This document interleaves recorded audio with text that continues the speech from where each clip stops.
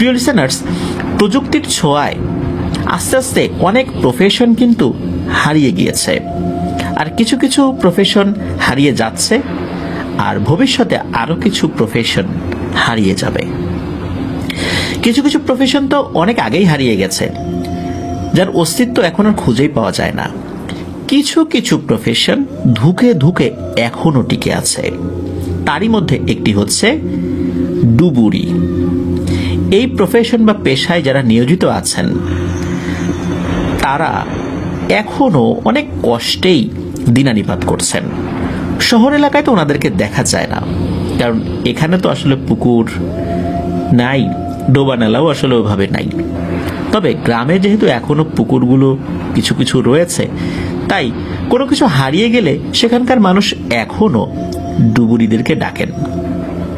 আমরা যখন গ্রাম এলাকায় যাই তখন দেখতে পাই বিভিন্ন দেয়ালে বা কারেন্টের যেই খাম্বাগুলো রয়েছে বা ইলেকট্রিক পোলগুলো রয়েছে, সেখানে খুবই ভাঙা ভাবে রং দিয়ে লেখা রয়েছে। মানে ভাঙা ভাবে বলতে ভাঙা হাতের লেখা, মানে হাতের লেখা ওরকম ভালো না, কোনোভাবে লেখা রয়েছে ডুবুরি, নিচে ফোন নাম্বারটা। এটার অর্থ হচ্ছে যে কারো যদি কোনো কিছু হারিয়ে যায়, স্পেশালি পানিতে, এই ফোন নাম্বারে ফোন দিলে ডুবুরি একটা নির্দিষ্ট পেমেন্টের বিনিময়ে তিনি সেটা খুঁজে দেওয়ার চেষ্টা করবেন। এই প্রফেশনটা কিন্তু বুঝতেই পারছেন যে কতটুকু টিকে আছে। এই প্রফেশনে যারা রয়েছেন তারা কিন্তু বিভিন্ন সময় অনেক ভয়ঙ্কর ঘটনার মুখোমুখি হয়েছেন। মানুষের উপকার করতে গিয়ে কখনো কখনো তারা নিজেদের জীবনকে বিপন্ন করেছেন। কেউ কেউ নিশ্চিত মৃত্যু জেনে মানুষের উপকার করার চেষ্টা করেছেন। সেখানে শুধু অল্প কিছু টাকার বিনিময়ে কোনো কিছু খুঁজে দেওয়াটা মুখ্য ছিল না, মানুষের উপকার করাটাই ছিল মুখ্য। তো এমন অনেক ঘটনা রয়েছে আপনাদের জানা, আপনাদের আশেপাশে, বা কখনো কখনো কোনো ঘটনা আর জানাও পসিবল নয়। আমাদের আজকের এই এপিসোডটি এই প্রফেশনের মানুষ যারা ধুকে ধুকে এখনো কোনোভাবে টিকে আছেন, বংশ পরম্পরা এই বিদ্যাটা শিখেছেন, অন্য কোনো কিছু আসলে শিখতে পারেন নাই, যার ফলশ্রুতিতে অন্য কোনো কাজও করতে পারছেন না, এখনো তাদের এই পারিবারিক ঐতিহ্যটা টিকে রেখেছেন। তো যারা এইভাবে পারিবারিক ঐতিহ্যটা এত কষ্ট করে টিকিয়ে রেখেছেন, মানুষের উপকার করছেন, আমাদের আজকের থার্সডে নাইটের 127তম এপিসোডটা শুধু তাদের জন্য উৎসর্গ করছি। প্রিয় লিসেনার্স, আমাদের আজকের প্রথম ঘটনাটিও কিন্তু তাদেরকে নিয়েই। খুবই ব্যতিক্রমধর্মী একটি ঘটনা আজকে আপনাদের সামনে উপস্থাপন করব। চলুন মূল ঘটনাতে চলে যাই। এই ঘটনাটি আমাদেরকে যিনি পাঠিয়েছেন তার নাম মুজাহিদ মুজা।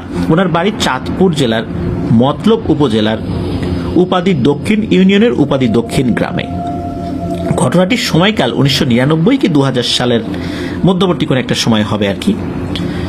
তো ঘটনাটি ঘটেছিল চাঁদপুর জেলার সদর উপজেলার বিষ্ণুপুর গ্রামে। ওই গ্রামে তখন সবেমাত্র বর্ষাকাল যাওয়ার পর নদীর সাইডে বিলে চাষবাস শুরু হয়েছে আর কি। ওখানকার অনেক কৃষকরাই রাই মানে এক ধরনের সরিষা চাষ করে আর কি। তো তখন ওই গ্রামে একটি বিবাহ হয়, খুব সুন্দরভাবে বিয়ের কাজও সম্পন্ন হয়ে যায়। বিয়ের পর নতুন জামাই তার স্ত্রীকে নিয়ে তার বাড়িতে চলে যান। 2 দিন পর ওই বউ আর কি নায়রে আসছেন নতুন জামাইকে নিয়ে, জামাই শ্বশুরবাড়ি আসছেন, বেশ আপ্যায়ন হচ্ছে, আদর যত্নে কোনো কমতি হচ্ছে না। এটা কিন্তু আমাদের গ্রামের একটা চিরাচরিত দৃশ্য আর কি। তো বেলা 12টার দিকে নতুন জামাইকে তার শ্যালক বলছেন যে দুলাভাই চলেন আমরা নদী থেকে গোসল করে আসি। কারণ হচ্ছে নদীটা তাদের বাড়ির খুব কাছাকাছি, অনেকেই সেখানে দুপুরবেলা গোসল করতে যান। তখন জামাই বলছেন যে হ্যাঁ চলো, আমিও তো অনেকদিন নদীতে গোসল করি না, সেই কবে করছি ভুলেই গেছি। তখন গামছা লুঙ্গি নিয়ে শ্যালক এবং দুলাভাই নদীর দিকে যাওয়া শুরু করেছেন। প্রতিমধ্যে শ্যালকের আরো কিছু বন্ধু বান্ধব এসে যুক্ত হলো। ভালোই হাসি তামাশা করতে করতে তারা নদীর দিকে যাচ্ছেন। অল্প সময়ের মধ্যে নদীর পাড়ে তারা চলেও আসেন। তো ওখানে আসার পর আশেপাশে যারা চাষবাস করছিলেন কৃষক, এর মধ্যে অনেকেই তো ওই বিয়েতে আসছিলেন, তারাও নতুন জামাইকে কাছে পেয়ে পরিচিত হলেন। কারণ বিয়ের দিন তো আসলে ওইভাবে কথা বলে পরিচিত হওয়া যায় না। তো ওখানেও 5-10 মিনিট গল্প করার পর ওরাও তো নদীতে নেমে গিয়েছেন গোসল করার জন্য। গোসল করতে নামার পর ওই যে শ্যালক এবং তার বন্ধু বান্ধবরা বলছে, দুলাভাই আসেন আমরা একটু লুকোচুরি খেলি, পানিতে লুকোচুরি খেলা যেভাবে হয় আর কি। তখন দুলাভাইও তো হাসি মুখে সম্মতি দেন, আসলে উনিও তো অনেকদিন গোসল করেন না নদীতে, যার ফলশ্রুতিতে উনিও সম্মতি দিয়েছেন। তো খেলা চলছে মোটামুটি 5-10 মিনিট যাওয়ার পর হঠাৎ করে এই যে শ্যালক যিনি, উনি বলছেন যে এই দুলাভাই কই, অনেকক্ষণ দেখছি না। কারণ এই লুকোচুরি খেলা পানিতে একজন হয়তো ডুব দিয়ে ওঠে, সে দেখে যে আর কে আছে উপরে, তো এখন একসাথে তো সবাই মাথা উঁচা করে না, যার ফলশ্রুতিতে প্রথম দিকে মনে করছে দুলাভাই হয়তো ডুব দিয়েছেন, দেখছে না। কিন্তু বেশ অনেকক্ষণ হয়ে যাওয়ার পর সে যখন দেখছে যে না দুলাভাই ওঠে না বা তাকে দেখা যায় না, তখন সে মানে অন্য বন্ধু বান্ধবদের বলছে এই দুলাভাইকে দেখি না কেন। আর অন্যান্য যারা ওখানে আছেন, ওই যে শ্যালকের বন্ধু বান্ধব, ওদের মধ্যেও সবাই বলছে আরে আমিও তো অনেকক্ষণ ধরে দেখতেছি না, আমি মনে করলাম যে হয়তোবা উনি ডুব দিচ্ছেন, উঠছেন না। তো এটা একজনের বক্তব্য। পরে দেখা গেল সকলের বক্তব্য একই রকম, তারাও প্রত্যেকে চিন্তা করেছে সে যখন মাথা ভাসিয়েছে দুলাভাই নাই। কিন্তু সবাই যখন বলল তারা কেউই দেখে নাই, তখন বোঝা গেল আসলেই দুলাভাই অনেকক্ষণ ধরে এখানে নাই। তখন শ্যালক সহ শ্যালকের বন্ধু বান্ধবরা চিন্তা করে দুলাভাই মনে হয় মজা করার জন্য আবার উঠে চলে গেল কিনা, যে আমরা খুঁজবো তাকে। ওই যে নদীর পাড়ে যে কৃষকরা কাজ করছিলেন, তাদেরকে যখন জিজ্ঞেস করা হলো যে দুলাভাইকে কি হেঁটে যেতে দেখেছেন বা নদীর ওই পাশে সাঁতরে চলে যেতে দেখেছেন, তখন তারা সবাই বলে না তো, আমরা তো তাকে ওই পাশে যাওয়াও দেখি নাই আর উঠেও যেতে দেখি নাই। নদীর ওই পাশে যারা ছিলেন তাদের কাছেও গিয়ে জিজ্ঞেস করা হয় যে এরকম কাউকে উঠে যেতে দেখেছেন কিনা, তারা বলে না তো, এরকম কাউকে উঠে যেতে দেখি নাই। তখন চিৎকার চেঁচামেচি শুরু হয়ে যায় যে দুলাভাইকে পাওয়া যাচ্ছে না। উপস্থিত সবাই খোঁজাখুঁজি শুরু করে, যারা কৃষক ছিলেন তারাও নামছেন খোঁজার জন্য, কিন্তু না, তাকে কোথাও খুঁজে পাওয়া যায় না। এদিকে শ্বশুরবাড়িতে খবর চলে যায়, তারা অস্থির হয়ে ছুটে আসে, কিন্তু কোথাও খুঁজে পাওয়া যাচ্ছে না। এরই মধ্যে একজন লোক বলে ওঠেন যে আরে আমাদের এলাকায় তো একজন ভালো ডুবুরি আছে, তাড়াতাড়ি ওনাকে নিয়ে আসো। তো এই যে ডুবুরি, এই ডুবুরির একটা বিশেষত্ব রয়েছে, উনি নাকি অক্সিজেন ছাড়াই পানির নিচে 3-4 ঘন্টা এরকম থাকতে পারতেন। আর পানিতে নামার আগে তার একটা গামছা ছিল, এই গামছাতে বিশেষ একটা দোয়া পরে ওই গামছাটা পানিতে ছেড়ে দিতেন। ছাড়ার পর ওই গামছা যদি পানিতে ডুবে যেত তাহলে উনি পানির নিচে নামতেন না, আর যদি ওই গামছা পানির উপর একদম ভেসে থাকতো তাহলে তিনি যেতেন। অনেকেই বলতেন যে পানির নিচে যে দেবদানবরা রয়েছে এরাই নাকি এই ডুবুরিকে একটা বিশেষ দোয়া শিখিয়ে দিয়েছিল, এই পদ্ধতিটা শিখিয়ে দিয়েছিল। আর এই ক্ষমতার যে ব্যাপারটা, এটা তাদের কাছ থেকেই নাকি আল্লাহর ইচ্ছায় উনি পেয়েছিলেন। তো এইটা একটা বিশেষ গুণ তার, এটা অনেকেই জানতেন। তো যাই হোক, ওখান থেকে 2জন লোক দ্রুত চলে যান এই পাশের গ্রামে সেই ডুবুরির বাড়িতে। তো জানা যায় যে ডুবুরি বাড়িতে নাই, উনি চাঁদপুর সদরে গেছেন, সেখানে তার একটা ব্যক্তিগত কাজ আছে। তো লোকজন তো হতাশ হয়ে যান, কি হবে এখন, ওনার আসতে কত সময় লাগবে। বাড়ির লোকজন বলে তো সন্ধ্যা তো হবেই। এই 1999 কি 2000 সালের এই মধ্যবর্তী সময়ে, তখন তো আসলে মোবাইল ফোনের যুগ ছিল না। মোবাইল ফোন থাকলেও মানুষের হাতে তো এইভাবে মোবাইল ফোন আসেনি। তো ওই সময় যে মানুষের যোগাযোগের যে ব্যবস্থা, এটা ম্যানুয়ালি যোগাযোগ, মানে বার্তা মানুষ মারফত পাঠাতে হবে এরকম আর কি। তো এখনো কিন্তু বিষ্ণুপুর গ্রাম থেকে চাঁদপুর সদরের ভাড়া হচ্ছে 50 টাকা, তাহলে বোঝা যাচ্ছে কতটা দূরত্ব। তারপরও কিন্তু 2জন লোক গিয়েছিলেন চাঁদপুর সদর। এখন সদরে কোথায় খুঁজবেন, সম্ভাব্য কোথায় কোথায় যেতে পারেন পরিবার থেকে জেনে তারা গিয়েছিলেন, কিন্তু তারা 2জন আবারও ফেরত চলে আসেন, কোনো সন্ধান পাওয়া যায় না। তো সন্ধ্যার কিছুক্ষণ পর ওই ডুবুরি বাড়িতে ফেরত আসেন। আর লোকজন তো আগে থেকেই ওই বাড়িতে অবস্থান করছেন, উনি যখন আসবেন কয়েকজন অবস্থান করছেন আর কি। তো যাই হোক, আশেপাশে সবকিছু খুলে বলা হয়। তিনি বলেন যে না, এখন তো যাওয়া যাবে না, এই কাজগুলোর কিছু বিধিনিষেধ রয়েছে, আর এখন গেলেও তো তাকে পাওয়া যাবে না, কারণ হচ্ছে যে এখন তো রাতের বেলা, আর সূর্যের আলো তো পানির একটা নির্দিষ্ট জায়গা পর্যন্ত পৌঁছায়, আর এখন তো নিচে নেমে কিছুই দেখাও যাবে না। সুতরাং সকাল হওয়ার আগে কিছুই করা সম্ভব নয়। ফজরের পরই আমি ওখানে যাব, আপনারাও আসেন, ইনশাল্লাহ চেষ্টা করব। লোকজন তো হতাশ হয়ে ফেরত আসে। আর ওদিকে ওই জামাইয়ের বাড়ির লোকজনও খবর পেয়েছেন, তারাও তো দ্রুত চলে আসেন। আসলে কি একটা অস্থির অবস্থা ওই পরিবারে, কি একটা শোকের একটা পরিবেশ সৃষ্টি হয়েছে। মাত্র 2 দিন হলো বিয়ে হয়েছে মেয়েটার, তার মধ্যে এমন একটি ঘটনা। ওই মেয়েটি তো সমানে কান্নাকাটি করেই যাচ্ছে। তো সকাল হয়ে যায়, সকাল হতে না হতেই লোকজন ওখানে ভরে যায় একদম। আর ওই ডুবুরি নিজে থেকেই ঘটনাস্থলে এসে হাজির হয়।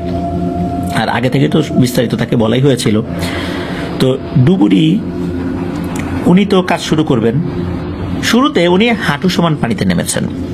তারপর তার ঘাট থেকে একটি গামছা হাতে নিয়ে দোয়া পরে তাতে ফু দিয়ে উনি পানির উপর ছেড়ে দেন। যেই না ছেড়ে দিয়েছেন, মনে হলো নিশ্চয়ই কোনো মাছ বা কোনো একটা জিনিস ওই গামছাটা হ্যাচকা টানে কিছুটা দূরে নিয়ে গেল এবং পানির নিচে ওটা নিয়ে ছোটাছুটি করছে। আর এরপরে ওই গামছাটা ডুবে যেতে থাকলো। তার কিছুক্ষণ পর মনে হলো নিচ থেকে কেউ গামছাটা ছুঁড়ে মারলো ওই ডুবুরির দিকে। এই ঘটনা দেখে তো ডুবুরি ভয় পেয়ে যান। যেখানে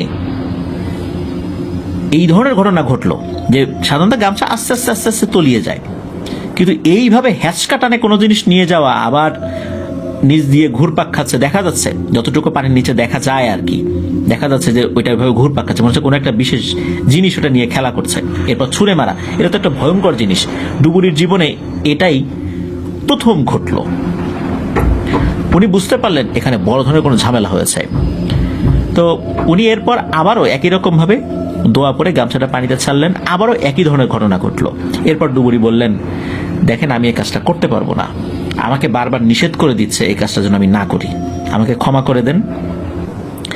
তখন এই জামাইয়ের শ্বশুরবাড়ির লোকজন, জামাইয়ের বাড়ির লোকজন তার কাছে কাকুতি মিনতি করে। তখন উনি কি করবেন, তারপরও উনি না করে দেন। এরপর এই যে নতুন বউ, তার সে কি কান্না, গগন বিদারী আর্তনাদ, ডুবুরির কাছে কান্নাকাটি করতে থাকে যে আজ যদি আপনি আমার বাবা হতেন, আপনি কি কাজটা করতেন না তার মেয়ের জন্য? আমার মাত্র বিয়ে হয়েছে 2 দিন হয়েছে, আর 3 দিনের দিন এই হলো, আজ 4 দিনের দিন সকালবেলা, আমি কি বিধবা হয়ে যাব? আপনার যদি কোনো জিনিস জানা থাকে তাহলে আপনি আমার জন্য চেষ্টা করেন। আপনি আপনার মেয়েকে কি বিধবা শাড়িতে দেখতে চাইতেন? নিশ্চয়ই চাইতেন না। তো এইভাবে কথা বলে ডুবুরির মনটাকে নরম করে ফেলেন। আর ডুবুরিরও কিন্তু মেয়ে ছিল, তার মেয়ের বিয়ে হয়েছে। আসলে ওই মেয়ের মধ্যে ডুবুরি তার মেয়ের চেহারার প্রতিচ্ছবি দেখতে পান, যার ফলশ্রুতিতে ডুবুরি বলেন, আচ্ছা ঠিক আছে আমি যাব, তবে আমি বাঁচবো কি মরবো তা জানি না, শুধু মা তোমার চেহারার দিকে তাকিয়ে আমি যাচ্ছি। হতে পারে এটাই আমার জীবনের শেষ কাজ, আবারও হতে পারে যে এই কাজের পরে আমি আর কতদিন বেঁচে থাকবো জানি না, মৃত্যু তো একদিন হবেই, না হয় তোমার জন্য যদি একটু উপকার করতে পারি সেই মৃত্যু বরণ করে নিলাম। এই কথা বলে ডুবুরি সবার সামনে কিছু দোয়া পরে পানির নিচে ডুব দেন। তখন কিন্তু হাজার হাজার মানুষ চারদিকে, নদীর পাড়ে মানুষজন বসে আছে। ডুবুরি কখন উপরে উঠবেন, কখন ওই ছেলেটাকে নিয়ে উপরে উঠবেন, হোক সে জীবিত বা মৃত। ডুবুরি ডুব দেয়, এদিকে 20-25 মিনিট, আধা ঘন্টা হয়ে যায়। এরপর দেখতে থাকে হঠাৎ করে ডুবুরি ভেসে উঠেছে এবং একা একাই উপরে উঠে আসছে। ডুবুরির চোখে মুখে ভয়, মুখটা গম্ভীর হয়ে আছে। লোকজন তখন তাকে বলে, কি হয়েছে, ওই ছেলেটা কোথায়? তখন ডুবুরি বলেন, আমি যখন এখান থেকে পানিতে নেমে ডুব দেওয়ার পর আমি যখন আস্তে আস্তে পানির নিচে যেতে থাকি, তখন আমি বুঝতে পারছিলাম আমার সাথে আজকে কিছু একটা হবে।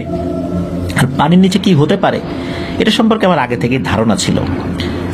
আর যখন আমি বুঝতে পারি আমার সাথে কেউ একজন আসছে, তাকে আমি দেখতে পারছি না, আমি পেছন দিকে তাকাই কিন্তু দেখতে পাই না, আমি আরো একটু গভীরে যাই। হঠাৎ করে একটা গম্ভীর কণ্ঠ আমি শুনতে পাই। আমাকে কেউ একজন বলে উঠল, এই তুই ওখানে যাস না, ওখানে গেলে কিন্তু তোর অনেক ক্ষতি হবে, তুই চলে যা। যখন আমি এই কথা শুনি তখন আমি সত্যি অনেক ভয় পেয়ে যাই, ওখানে থেমে পড়ি। তারপর আবার এদিক ওদিক তাকাই, কে বলছে এই কথা, আমি কাউকে দেখতে পাচ্ছি না।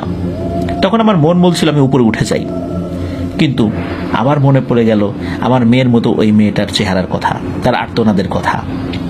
আমি তখন আবার আস্তে আস্তে নিচে যেতে থাকি। নিচে যেতে যেতে তখন আমি দেখতে পাই পানি ছাড়া একটা জায়গা, সেখানে গিয়ে আমি শ্বাস নিতে পারছি। আর এই ধরনের পরিবেশের সাথে আমি আগে থেকেই পরিচিত। সেখানে আমি তাকে খুঁজতে থাকি। হঠাৎ করে আমি দেখতে পাই একজন লোক নিচে বসে আছে, তার পরনে সাদা জুব্বা। আমি যখন আস্তে আস্তে ওই দিকটাতে যেতে থাকি তখন ওই লোকটাকে আমি চিনতে পারি, কারণ ওনার সাথে এর আগেও আমার দেখা হয়েছে, কথা হয়েছে। আমি ওনার সামনে গিয়ে ওনাকে লম্বা করে একটা সালাম দিই এবং বলি আমাকে মাফ করবেন, আমি বাধ্য হয়ে এখানে আসছি, আমার যদি কোনো ক্ষতি হয় হোক। তখন ওই লোকটা বলে, তোকে তো আমি উপর থেকে নিষেধ করেছি এখানে আসিস না, তারপরেও তুই আসছিস, এখন তো তোর অনেক ক্ষতি হয়ে যাবে রে বাপু, এইটা আমরাও ঠেকাতে পারবো না।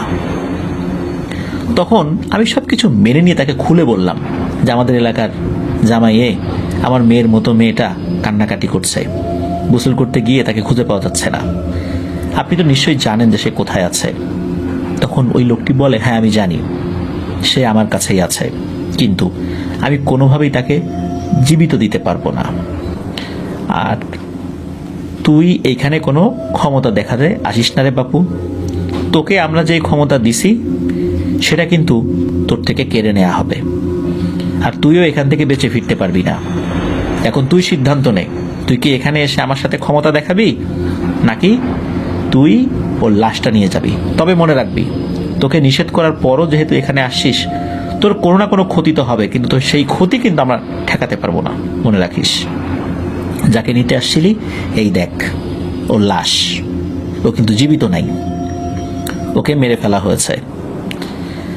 এখন তুই বল, লাশ নিয়ে যাবি নাকি লাশ এখানেই থাকবে? যদি লাশ নিয়ে যাস তাহলে তোর কোনো না কোনো ক্ষতি হবে, আর যদি ও এখানেই থাকে তাহলে তোর ক্ষতি হওয়ার সম্ভাবনা কম, তবে ক্ষতি নিশ্চিত হবে না এটা বলতে পারবো না। তখন ডুবুরি সিদ্ধান্ত নেন যে তিনি উপরে যাবেন। এরপরই মূলত ডুবুরি বলেন যে আমি এরপর উপরে উঠে আসি, এখন তোমাদের কাছে বললাম কি করবা বলো, আমি কি লাশটা নিয়ে আসবো না লাশটা ওখানেই থাকবে? তখন উপস্থিত যারা আত্মীয় স্বজন ছিল সকলে বলছে যে জীবিত হোক মৃত হোক শেষ দেখা তো দেখতে পারবো, আপনি ওকে নিয়ে আসেন। ডুবুরি জানতেন যে তাকে যদি এবার আনতে যাওয়া হয় তাহলে তার কপালেও বিপদ হতে পারে, যেহেতু তাকে বারবার সতর্ক করা হয়েছে। বাধ্য হয়ে ডুবুরি আবারও পানিতে ডুব দিলেন। অল্প কিছু সময়ের মধ্যে এলাকাবাসী সবাই দেখলেন যে দুই হাতে করে লাশটি নিয়ে উনি সাঁতার কেটে আসছেন। হঠাৎ করে ভেসে উঠেছিলেন, তারপর নিয়ে আসছেন। আস্তে আস্তে করে উনি যখন এগিয়ে আসার চেষ্টা করছিলেন তখন লোকজন যখনই দেখেছে যে ডুবুরির হাতে লাশ, তখন অন্যরা সবাই ঝাঁপিয়ে পড়েছে। তারাও কাছে গিয়ে লাশটি উপরে উঠে নিয়ে আসে। আর শ্বশুরবাড়ির লোকজনের, বিশেষ করে নতুন বউয়ের সে যে কি কান্না, এটা দেখে উপস্থিত শত শত মানুষ কান্নাকাটি করেছিল। যাই হোক, সেই জামাইকে জামাইয়ের নিজ বাড়ি মানে তার বাবার বাড়িতে নিয়ে যাওয়া হয়, সেখানেই তাকে দাফন করা হয়। আপাতত ঘটনা এ পর্যন্ত শেষ বলে মনে হলেও ঘটনা কিন্তু এখানেই শেষ নয়। মনে আছে কি সেই পানির নিচের লোকটি বলেছিল তার একটা ক্ষতি হবে যেটা কেউই ঠেকাতে পারবে না, বিশেষ করে তারা ঠেকাতে পারবে না। এই ঘটনার 5 থেকে 6 মাস পর ঘটে ডুবুরির সাথে একটি মর্মান্তিক ঘটনা। একটা কাজের জন্য উনি গিয়েছিলেন কোনো একটা জায়গায়, কাছাকাছি একটা জায়গায় আর কি। ওই সময় পাটের সিজন, মানে পাট কাটা লাগবে এমন একটা সময় চলে আসে। তো উনি ওনার যেই ক্ষেত ছিল সেখানে উনি পাট গাছগুলো কাটছিলেন। হঠাৎ করে তার কাছে একজন এসে খবর দেয় তাদের বাড়ির সামনের নদীতে একটি ট্রলার ডুবে গেছে, সেখানে যেতে হবে। ওটা মূলত মাছ ধরা ট্রলার ছিল। আর ট্রলারটি উদ্ধার করার জন্য যারা আসছে তারাও কিন্তু ওই বাড়ির আশেপাশের লোকজন, মানে সবাই পরিচিত, তাদেরকে তো না করা যায় না। তখন তিনি ঘটনাস্থলে যান। ঘটনাস্থলে যাওয়ার পর তিনি তো দোয়া দরুদ পরে পানিটা ডুব দিয়েছেন। ওই দিন কিন্তু তিনি গামছা পরে পানিতে রাখেননি। তিনি ভাবছিলেন যে এটা আর কি কাজ, এরকম ট্রলার ডুবি তো হামেশাই হয়, আর এটা তো খুঁজে পাওয়া আহামরি খুব কঠিন কাজ না। এটা ডুব দিয়ে দেখতে হবে কোথায় আছে, তারপর ওই কিছু কিছু জায়গায় কিছু জিনিস বাঁধতে হয়, দড়ি বা কোনো কিছু বাঁধতে হয়, তারপর এগুলো তোলার জন্য একটা প্রক্রিয়া আছে, সেই প্রক্রিয়া অবলম্বন করতে হয়। তো সেটা তো পরে অন্যরা করবে, উনি ওই ট্রলারটা শনাক্ত করবেন, কিছু কিছু জায়গায় দড়ি বাঁধবেন, এইটাই হলো কাজ। তো উনি তো পানিতে ডুব দিয়েছেন, কিন্তু ডুব দেওয়ার পর অনেকক্ষণ হয়ে যায়, তার কোনো খোঁজ খবর নাই। এদিকে এলাকাবাসী বা ওখানে যারা ছিলেন তারা তো অনেক চিন্তিত হয়ে পড়েন, কি হলো, এখন উঠে আসছে না কেন। এরকম করতে করতে প্রায় 2-3 ঘন্টা চলে যায়।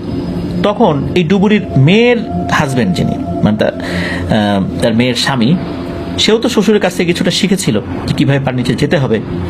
তখন তার মেয়ের স্বামী মানে মেয়ের হাজবেন্ড পানির নিচে দোয়া পরে ডুব দেয়। ডুব দেওয়ার 5 থেকে 6 মিনিট পর শ্বশুরের নিথর দেহটি নিয়ে উপরে চলে আসে। আশেপাশের লোকজন যারা ওখানে উপস্থিত ছিলেন সকলেই একটা মর্মান্তিক দৃশ্য দেখেন। শুধু যে মারা গেছেন ডুবুরি এরকম না, ওই ট্রলারে লোহার বড় বড় দুটো পেরেক ছিল, যেটা ট্রলারের সামনের দিকে মানে ছিল আর কি। এই পেরেক দুটা এই ডুবুরির দুই চোখের ভিতরে গেঁথে দেয়া। আর ডুবুরির মেয়ের স্বামী বলেন সবাইকে যে ট্রলারের নিচে চাপা অবস্থায় তাকে পাওয়া গেছে। আসলে ট্রলার তো আগেই ডুবে গেছে, তিনি ট্রলারের নিচে ঢুকলেন কিভাবে? তাহলে বোঝাই যাচ্ছে এই ডুবুরির মৃত্যুটা রহস্যজনক কোনো একটা কারণে হয়েছে। তবে ডুবুরির মৃত্যু রহস্যজনক যেটা হয়েছে এর কারণ আমরা বুঝতে পারলেও ওই যে যিনি জামাই, যিনি মারা গেলেন, আসলে তার অপরাধ কি ছিল, কেন তিনি মারা গেলেন, এই বিষয়ে কোনো তথ্য পাওয়া যায় নাই। প্রিয় লিসেনার্স, শুরুতেই বলেছি যে এই প্রফেশনে অনেকেই জীবনের ঝুঁকি নিয়ে মানুষের উপকার করেন, আর তার প্রতিদান হিসাবে অনেকেই মারা গিয়েছেন। হায়াত মৌতের মালিক আল্লাহ তাআলা, আল্লাহর ইচ্ছা ছাড়া কোনো কিছুই হয় না। হয়তোবা তার মৃত্যু এভাবেই লেখা ছিল, ওই জামাইয়ের মৃত্যু ওভাবেই লেখা ছিল, কেউ ঠেকাতে পারবে না।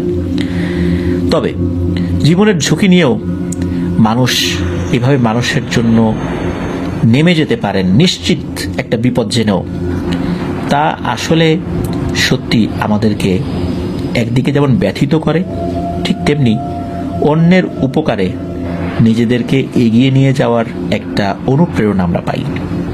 প্রিয় লিসেনার্স, সৎভাবে যারা চলেন, সৎ কাজে আমরা একে অন্যকে হেল্প করব। একজন অন্যায় করছেন, সেই অন্যায় কাজে আমরা হেল্প করব, বিষয়টা এরকম না।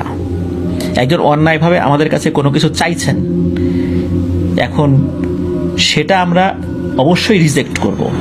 সেই কাজ এগিয়ে নেওয়ার জন্য আমরা অনুমতি দিব না, সেই কাজ আমরা সহযোগিতাও করব না। তাহলে ওই কাজ করে উনি যেই পাপের ভাগীদার হবেন বা পাপ অর্জন করবেন, সেই পাপের ভাগীদার আমরাও হব। এই জন্য আমরা অন্যকে উপকার করব, ঠিক আছে, কিন্তু দেখতে হবে যে সেই উপকারটা করার মাধ্যম দিয়ে আমরা কোনো অবৈধ কাজকে উৎসাহ দিচ্ছে কিনা। তা যদি হয় তাহলে সেই উপকার আমরা করব না। মানুষের জীবন বাঁচানো যেমন জরুরি, ঠিক তেমনি আমাদের আশেপাশে অনেক প্রাণীও আছে। আমরা যদি কখনো দেখি তাদের জীবন বিপন্ন হয়েছে, তাদের জন্য আমরা কাজ করব ইনশাআল্লাহ। প্রিয় লিসেনার্স, চলুন আমরা চলে যাব আমাদের এবারের এপিসোডের পরবর্তী আরো একটি নতুন ঘটনায়। প্রিয় লিসেনার্স,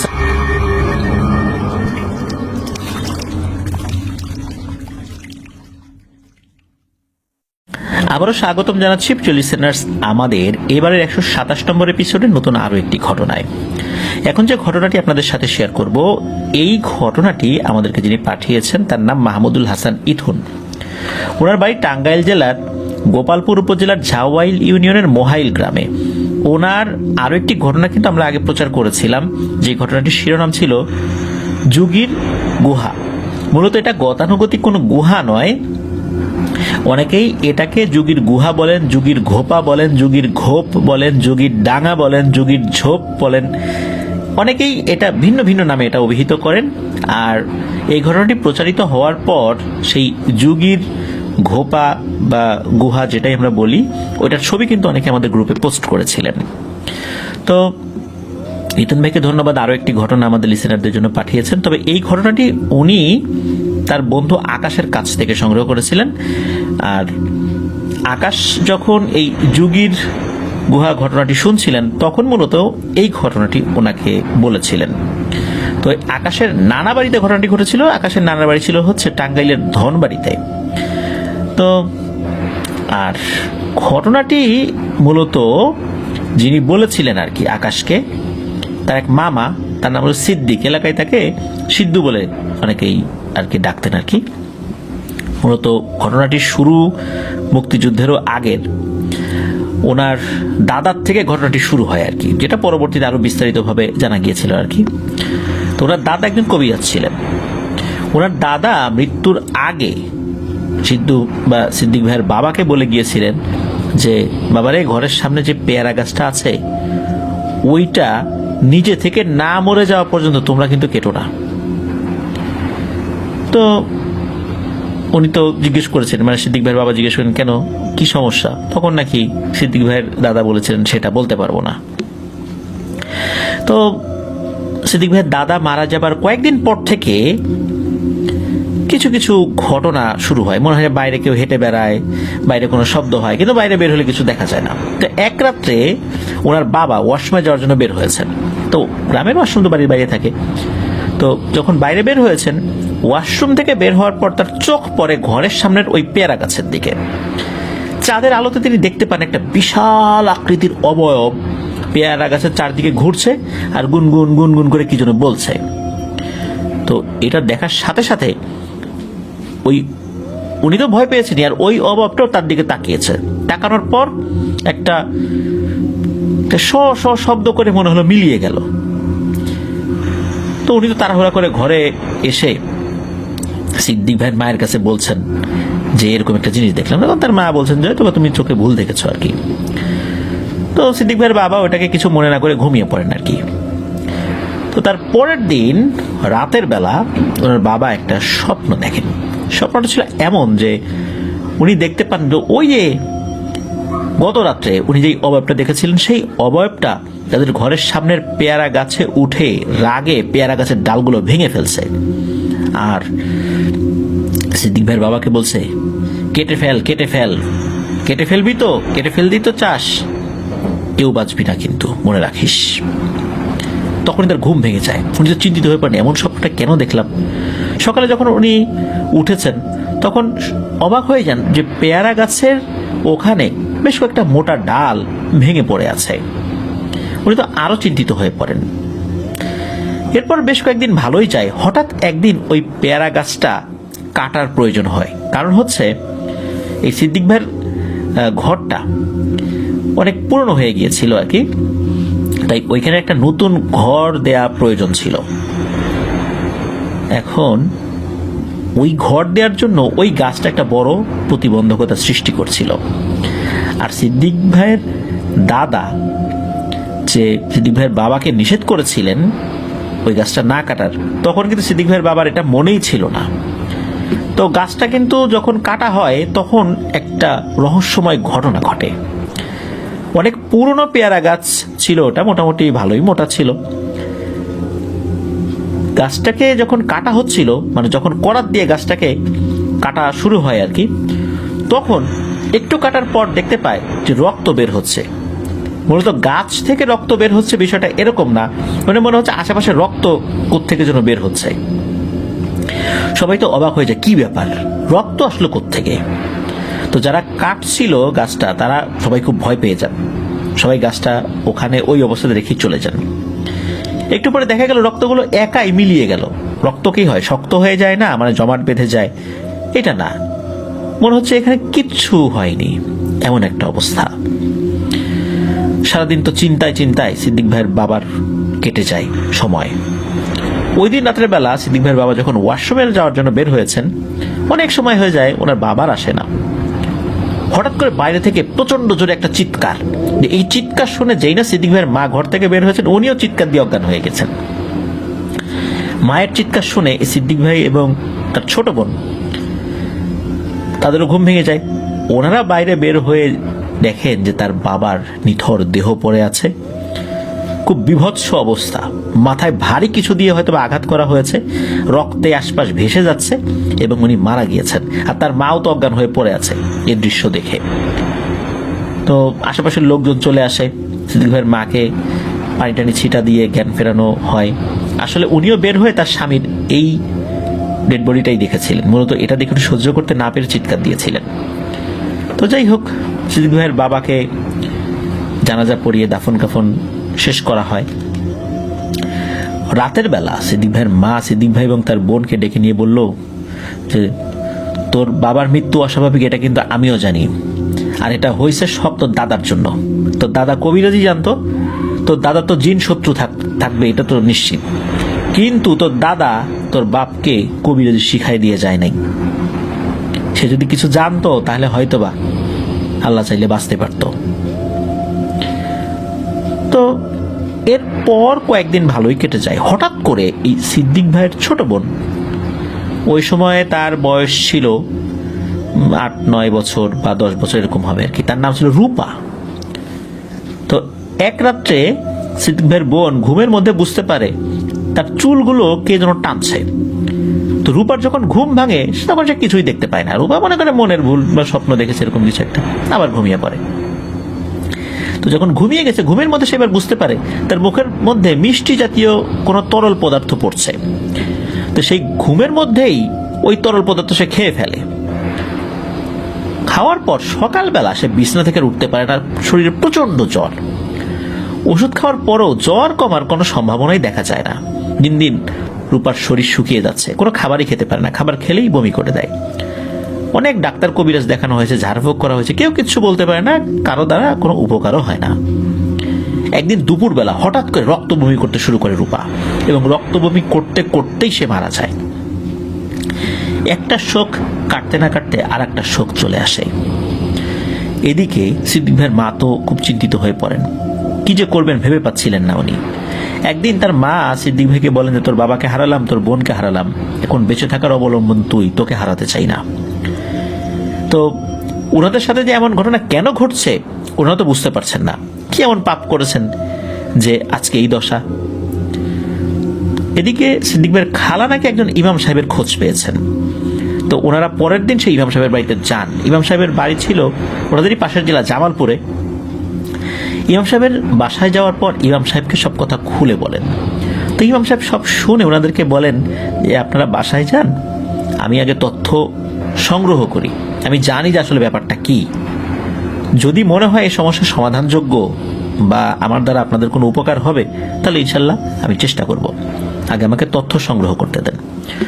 তো ইমাম সাহেবের বাড়ি থেকে ওনারা চলেও আসেন। তো আসার পর ওই দিন রাত্রেবেলা ওনারা যখন ঘুমাবেন তখনও কিন্তু কেউ ঘুমান নাই। হঠাৎ করে বাইরে থেকে কে যেন ফিস ফিস করে কথা বলছে। এই ফিস ফিসটা কিন্তু অনেক জোরে জোরে ফিস ফিস, কেউ যদি অনেক জোরে জোরে ফিস ফিস করে কেমন শোনা যায় ঠিক তেমন ওইরকম করে বলছে, বাঁচবি না, কেউ বাঁচবি না। তখন সিদ্দিক ভাইয়ের মা উনি সাহস করে বলেন, কে আপনি? আমরা আপনার কি ক্ষতি করেছি? আপনি কেন আমাদেরকে এভাবে ক্ষতি করছেন? তখন বাইরে থেকে উত্তর আসে, তোরা আমার কলিজায় আঘাত দিছিস, কেমন লাগে রে আপনজন হারায়? তোরাও এই কষ্টটা ভোগ যেটা আমি পাইছি, কেউ বাঁচবি না তোরা, প্রতিশোধ আমি নেবই, রক্তের বদলে রক্ত। তারপর বাইরে থেকে শব্দটা একে একে বন্ধ হয়ে গেল।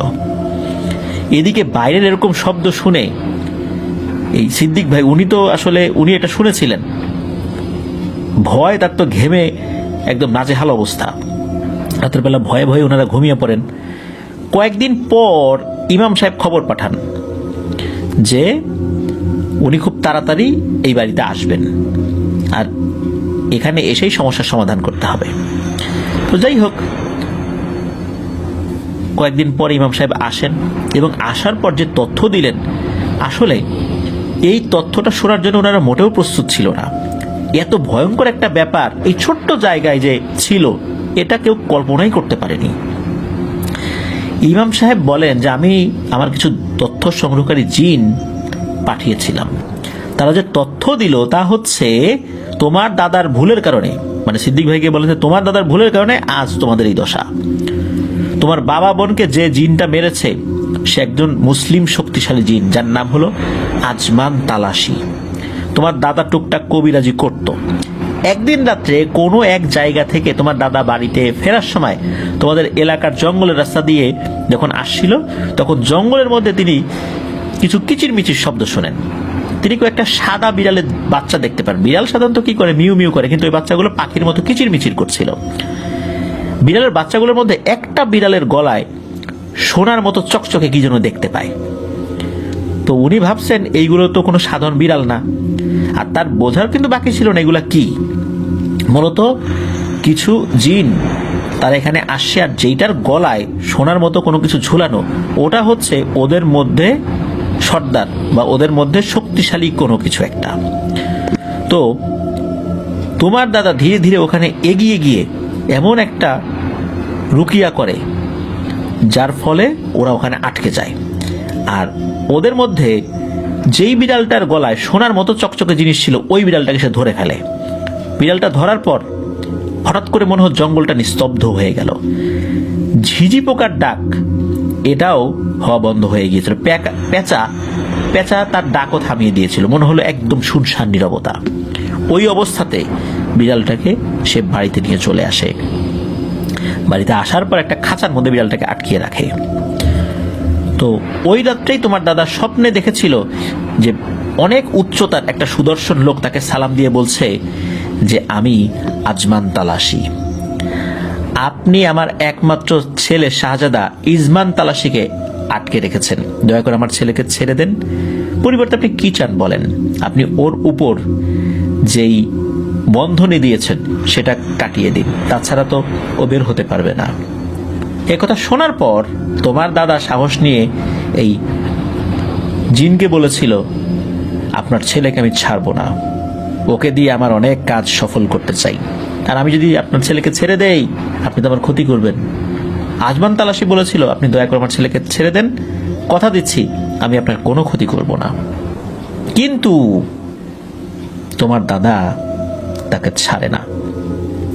আজমান তালাশি অনেক শক্তিশালী ছিল, কিন্তু তার ছেলেকে বন্দী করার কারণে সে তোমার দাদার পরিবারের কাউকে ক্ষতি করতে পারত না।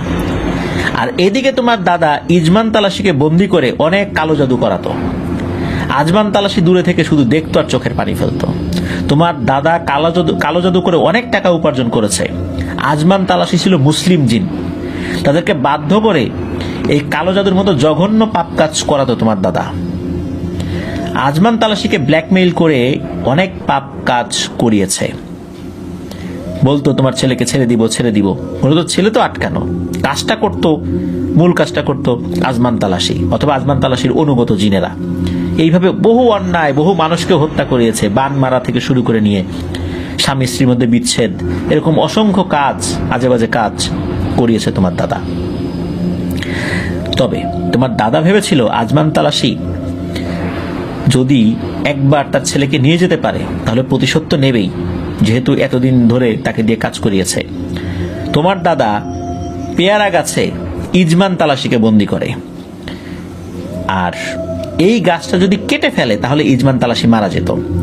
যদি গাছটা একা একাই মরে যেত তাহলে ইজমান তালাশি মুক্তি পেয়ে গেলেও আজমান তালাশি কোনো ক্ষতি করতে পারতো না। মূলত এই জন্যই তোমার দাদা বলে গিয়েছিল গাছটা না কাটতে। তোমরা যখন পেয়ারা গাছটা কাটছিলে যে রক্তটা দেখেছো না, এটা ইজমান তালাশির রক্ত। যদিও মানা করা হয়েছিল গাছটা না কাটতে, তারপরও গাছটা কাটা হয়। ইজমান তালাশি মারা যায়, আর এরপর আজমান তালাশি প্রতিশোধের মৃত্যু লীলা শুরু করে। তোমার দাদা যে পাপ কাজ করেছে তার খেসারত তোমরা দিচ্ছ। আমি রাতের বেলা আজমান তালাশিকে সালাম জানিয়েছি, তিনি আসবেন বলেছেন। আমি দেখি তাকে বুঝিয়ে শুনিয়ে রাজি করাতে পারি কিনা। যদি তাকে রাজি করানো যায় তাহলে তো আলহামদুলিল্লাহ, তবে আমার বিশ্বাস তাকে আমি রাজি করাতে পারবো, কারণ সে ভালো জিন। এরপর ইমাম সাহেব রাতের বেলা একটা বৃত্তের মধ্যে জমজমের পানি রেখেছেন, উনি নিজে বসেছেন। এরপর ঘরের সব দরজা জানালা বন্ধ করতে বলেন। এর পরে উনি শুরু করেন বিভিন্ন দোয়া পাঠ, কোরআন থেকে বিভিন্ন আয়াত পড়া শুরু করেছেন। হঠাৎ করেই ওই রুমের মধ্যে সুগন্ধি আতরের ঘ্রাণ ছড়িয়ে পড়ে, একটা অপার্থিব ঘ্রাণ। ওই ঘরের মধ্যে উপস্থিত এই সিদ্দিক ভাই সহ আরো যারা ছিলেন প্রত্যেকেই দেখতে পান একটা সাদা একটা ধোঁয়ার মতো ওই ঘরের মধ্যে ঢুকলো। ধোঁয়ার মতো ওই জিনিসটা ঢোকার পর ওই জিনিসটা থেকেই আওয়াজ বের হচ্ছে। ওইটাতে কারোর উপর পজেস, মানে কারোর ভিতরে ঢুকে কথা বলছে বিষয়টা এরকম না, ওরা নিজে থেকে কথা বলছে। এসেই ওই জিনিসটা সালাম দেয়, সালাম দিয়ে বলেন যে ইমাম সাহেব আপনি আমাকে ডেকেছেন, আমি আজমান তালাশি, আপনি ডেকেছেন, আপনার সম্মানে আমি আসছি, কিন্তু আপনি আমাকে এটা বললেন না যে গরু ছাগল নাও, এটা নাও সেটা নাও, ওদেরকে ছেড়ে দাও। ছেলের রক্ত কি গরু ছাগল দিয়ে আমি পূরণ করব? এটা আমাকে করতে বলবেন, দয়া করে এই অনুরোধটা করবেন না। তখন ইমাম সাহেব বলেন যে আজমান তালাশি, আপনার কথা আমি জিনদের মুখে শুনেছি, আপনি অনেক ভালো। ওর দাদা যে পাপ কাজ করেছে তার শাস্তি আপনার দ্বারা সে পায় নাই, আল্লাহর ডাকে তার আগে সারা দিয়ে চলে গেছে। তার শাস্তি আল্লাহ তাআলা তাকে কি দিবেন বা মাফ করবেন, আল্লাহ তাআলা সেই বিষয়ে সিদ্ধান্ত নেবেন। আপনাকে দিয়ে পাপ কাজ করিয়েছে, আপনার সন্তানের জীবন বাঁচানোর জন্য আপনি করেছেন, আল্লাহ আপনাকে ক্ষমা করুন। কিন্তু আপনার সন্তানের হত্যার প্রতিশোধ হিসাবে আপনি তো দুটো জীবন নিয়েই নিয়েছেন, আপনি তো কেসাস করেছেন, রক্তের বদলে রক্ত তো নিয়েছেন, আপনি এই পরিবারে আর কোনো ক্ষতি করবেন না। আজমান তালাশি উনি বলেন যে ইমাম সাহেব আপনি সত্য বলেছেন, ঠিক আছে আমি এই পরিবারের ক্ষতি করব না, সমস্ত পৃথিবীও যদি দিয়ে দিত আমাকে তারপরও আমি এই পরিবারকে ক্ষমা করতাম না, কিন্তু যেহেতু বলেছেন ক্ষমা করতে, আল্লাহ আমাকে ক্ষমা করুন, যে অপরাধগুলো ওর দাদা আমাকে দিয়ে করিয়েছে, আল্লাহ যেন আমাকেও ক্ষমা করেন। আমি ওদেরকে ছেড়ে দিলাম, তবে ওরা যে কাজটা করবে সেটা হচ্ছে যে এলাকার গরিব দুঃখীদেরকে খাওয়াবে এবং সারা জীবন যেন সৎ কাজ করে, কখনোই কালো জাদুর আশ্রয় না নেয়, আর এই পরিবারের কেউ কোনো কবিরাজি করতে পারবে না। তো এই শর্তে আজমান তালাশি ছেলের হত্যার যেই প্রতিশোধ, এই প্রতিশোধ উনি আর নেবেন না বলে কথা দেন, এবং এরপর থেকে ওই পরিবারের সাথে আর কোনো ধরনের ভয়ের ঘটনা ঘটেনি, এমনকি প্যারানরমাল ঘটনাও ওইভাবে ঘটেছে বলে শোনা যায় না। এটাই ছিল ঘটনা। প্রিয় লিসেনার্স, একবার ভাবুন, আমাদের চোখের সামনে কিন্তু অনেক ব্যাপার থাকে, আসলে এর মধ্যকার যে রহস্য, এই রহস্যটা আমরা জানি না। আবার সব জিন যে মেনে নেবে এটাও কিন্তু হয় না, অনেক জিন মানে না, এমন অনেক ঘটনা আমরা পেয়েছি। তো এই জিনটা মেনে নিয়েছিল বিভিন্ন পারিপার্শ্বিক অবস্থার কারণে, যেহেতু তাকে দিয়ে অনেক অন্যায় কাজ করিয়েছিল, সেও আল্লাহর কাছে যেন ক্ষমা পায়, এই জন্য তিনিও এদেরকে আর কোনো ক্ষতি করেন নাই। এভাবেই একটি ভয়ঙ্কর ঘটনার পরিসমাপ্তি ঘটে। ধন্যবাদ জানাচ্ছি মাহমুদুল হাসান ইথুন ভাইকে এমন একটি ঘটনা আমাদের সাথে শেয়ার করার জন্য। লিসেনার্স, চলুন আমরা চলে যাব আমাদের এবার এপিসোডের পরবর্তী আরো একটি নতুন ঘটনায়। আবারও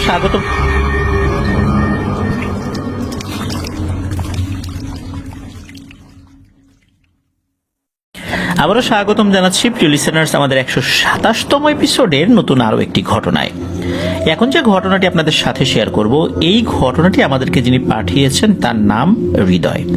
ওনার বাড়ি নরসিংদী জেলার পলাশ উপজেলার নোয়াকান্দা গ্রামে। পেশায় উনি একজন বস্ত্র প্রকৌশলী, থাকেন টঙ্গীতে।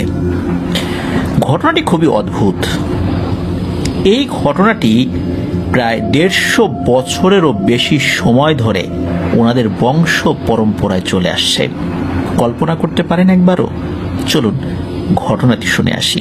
ঘটনাটি ওনার দাদার আমলের, যাকে ওনারা বড় আব্বু বলে সম্বোধন করতেন।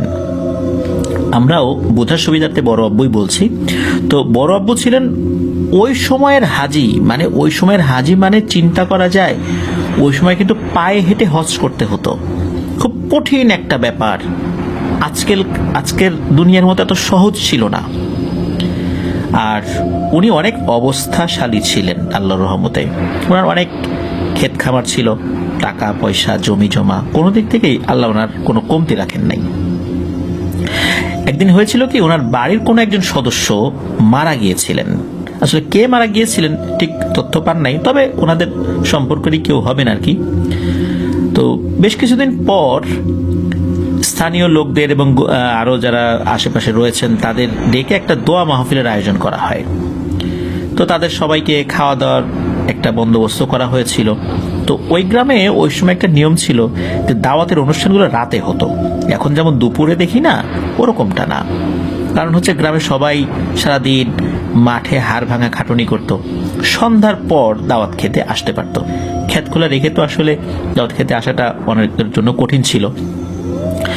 তো এই যে হৃদয় ভাইয়ের বড় মা, উনি তো ভাত রান্না করেছেন, আর ভাতের যে মাড়, এই মাড় একটি বড় মাটির পাত্রে রেখে দিয়েছিলেন। আবার বাড়ির বাচ্চারা এই গরম মাড়ের উপর এসে পড়তে পারে এই ভয়ে উনি কি করেছিলেন, বাড়ির কাছে একটা খড়ের গাদা ছিল, এই খড়ের গাদার নিচে ওই মাড় ঢেলে দিয়েছিলেন। তো পাশেই পুকুর ছিল, উনি ভেবেছিলেন যে ওখান থেকে ওটা গড়িয়ে গড়িয়ে পুকুরে চলে যাবে। আর মাড় ছিল অনেক, কারণ হচ্ছে অনেক লোকের রান্না, ভাতের মাড় অনেক বেশি হবে, এটি স্বাভাবিক। তো যেই না উনি মাড়টি ঢেলে ফেলেছিলেন, সাথে সাথে একটা বড় সাপ সা করে দ্রুত বের হয়ে ওনার পাশ কাটিয়ে চলে যায়। হঠাৎ করে এত বড় একটা সাপ দৌড়ে বের হয়ে গেল, উনি একটু ভয় পেয়েছিলেন। যাই হোক, অনুষ্ঠান শেষ হয়, সবকিছু ভালোই চলছিল। কিন্তু কিছুদিন পর থেকে ঘটে এক আজব ঘটনা, এক রহস্যময় ঘটনাও বলা যায়। ওই বাড়ির গোয়ালের 7টা গরু হঠাৎ একসাথে মারা যায়, কোনো কারণ ছাড়াই 7টা গরু একসাথে মারা গেল। গরুগুলো কিন্তু মরে পড়েছিল, তাদের ঘাড় যে ভাঙা, হাত পা ভাঙা বা কোনো সাপে কেটেছে এমনটা না। এরপর আস্তে আস্তে ওই বাড়ির যত গরু ছাগল অন্যান্য যেগুলো ছিল, হাঁস মুরগি, সবই মারা যেতে থাকে কোনো কারণ ছাড়াই। শুধু তাই না, ওই বাড়ির সাথে যাদের রক্তের সম্পর্ক রয়েছে তাদের বাড়িরও যত গৃহপালিত পশু পাখি আছে সব আস্তে আস্তে কোনো এক অজানা কারণে অস্বাভাবিকভাবে মারা যেতে থাকে। কারো গরু, কারো ছাগল, ভেড়া, যার বাড়িতে যেটা আছে সেগুলো মারা যেতে থাকে। সবাই খুব আতঙ্কে পড়ে যায়। তখন বড় আব্বা বুঝতে পারেন যে এখানে বড় ধরনের কোনো সমস্যা হচ্ছে, যেটা আসলে কোনো জিনের দ্বারা হচ্ছে। পরদিন তিনি একজন কবিরাজের কাছে যান, কবিরাজকে সব ঘটনা খুলে বলেন। কবিরাজ বলেন, আচ্ছা ঠিক আছে, আমি আপনার বাড়িতে গিয়ে বিষয়টা রুকিয়া করব, দেখব আসলে ব্যাপারটা কি।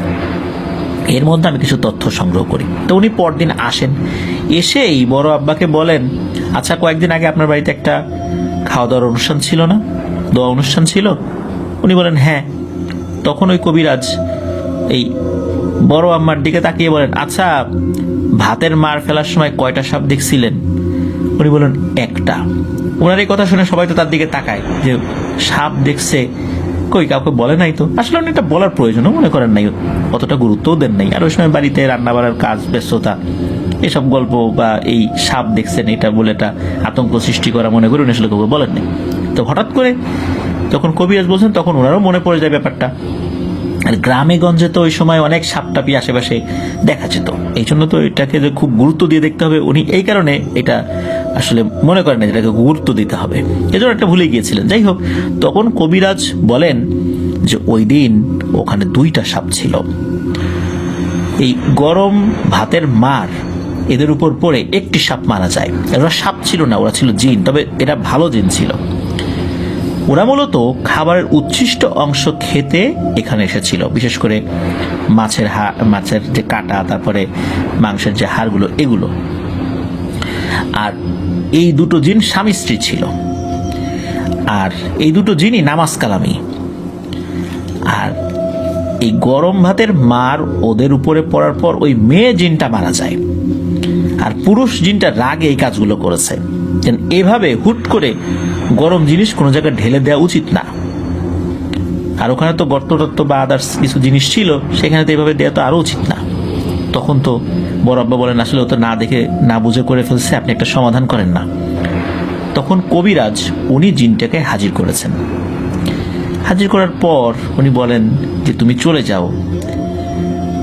তখন ওই জিনটা বলে যে আমার স্ত্রীকে মেরে ফেলেছে আর আপনি বলছেন যে আমি চলে যাব, ছেড়ে দিব? এত সহজ?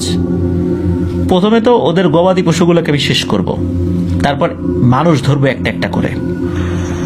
তখন কবিরাজ বলেছেন যে আসলে তো বুঝতে পারে নাই, মাফ করে দাও, ক্ষমা মহত্বের লক্ষণ।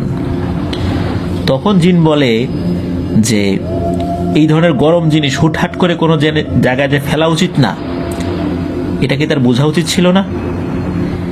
আর আমরা তো দিনের বেলা এখানে আসি নাই, আমরা সেই সন্ধ্যার দিকে, সন্ধ্যার সময় সে গরম জিনিস কেন এভাবে ফেলবে? এটা তো তার অন্যায় হয়েছে।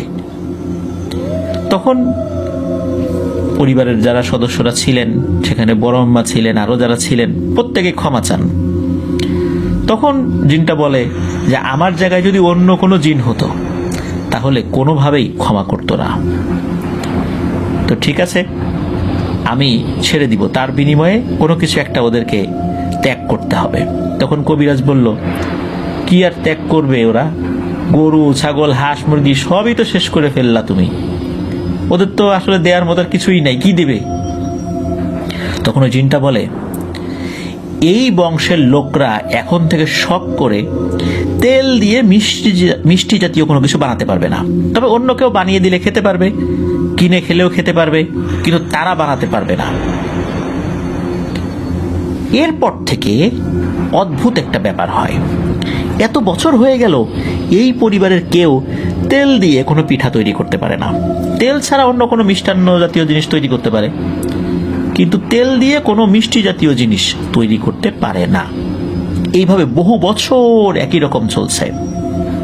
বহু বছর হয়ে যাওয়ার পর একজন মহিলা, ওই পরিবারের একজন মহিলা, এগুলোকে কুসংস্কার ভেবে যখন বানাতে গিয়েছে তখন তার বাড়িতে আগুন লেগে যায়।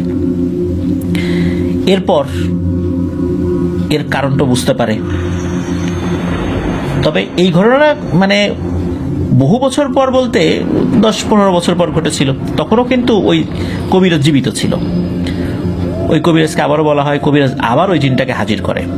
ওই জিনটাকে বলা হয় যে তোমাকে অনুরোধ করছি, তুমি তোমার এই অভিশাপটা তুলে নাও। তখন ওই জিনটা বলে, ঠিক আছে, আংশিক তুলে নিলাম, এখন থেকে আগুন লাগবে না, তবে ওরা পিঠা বানাতে পারবে না। মানে পিঠা বানানোর চেষ্টা করলো, পিঠা আর হবে না।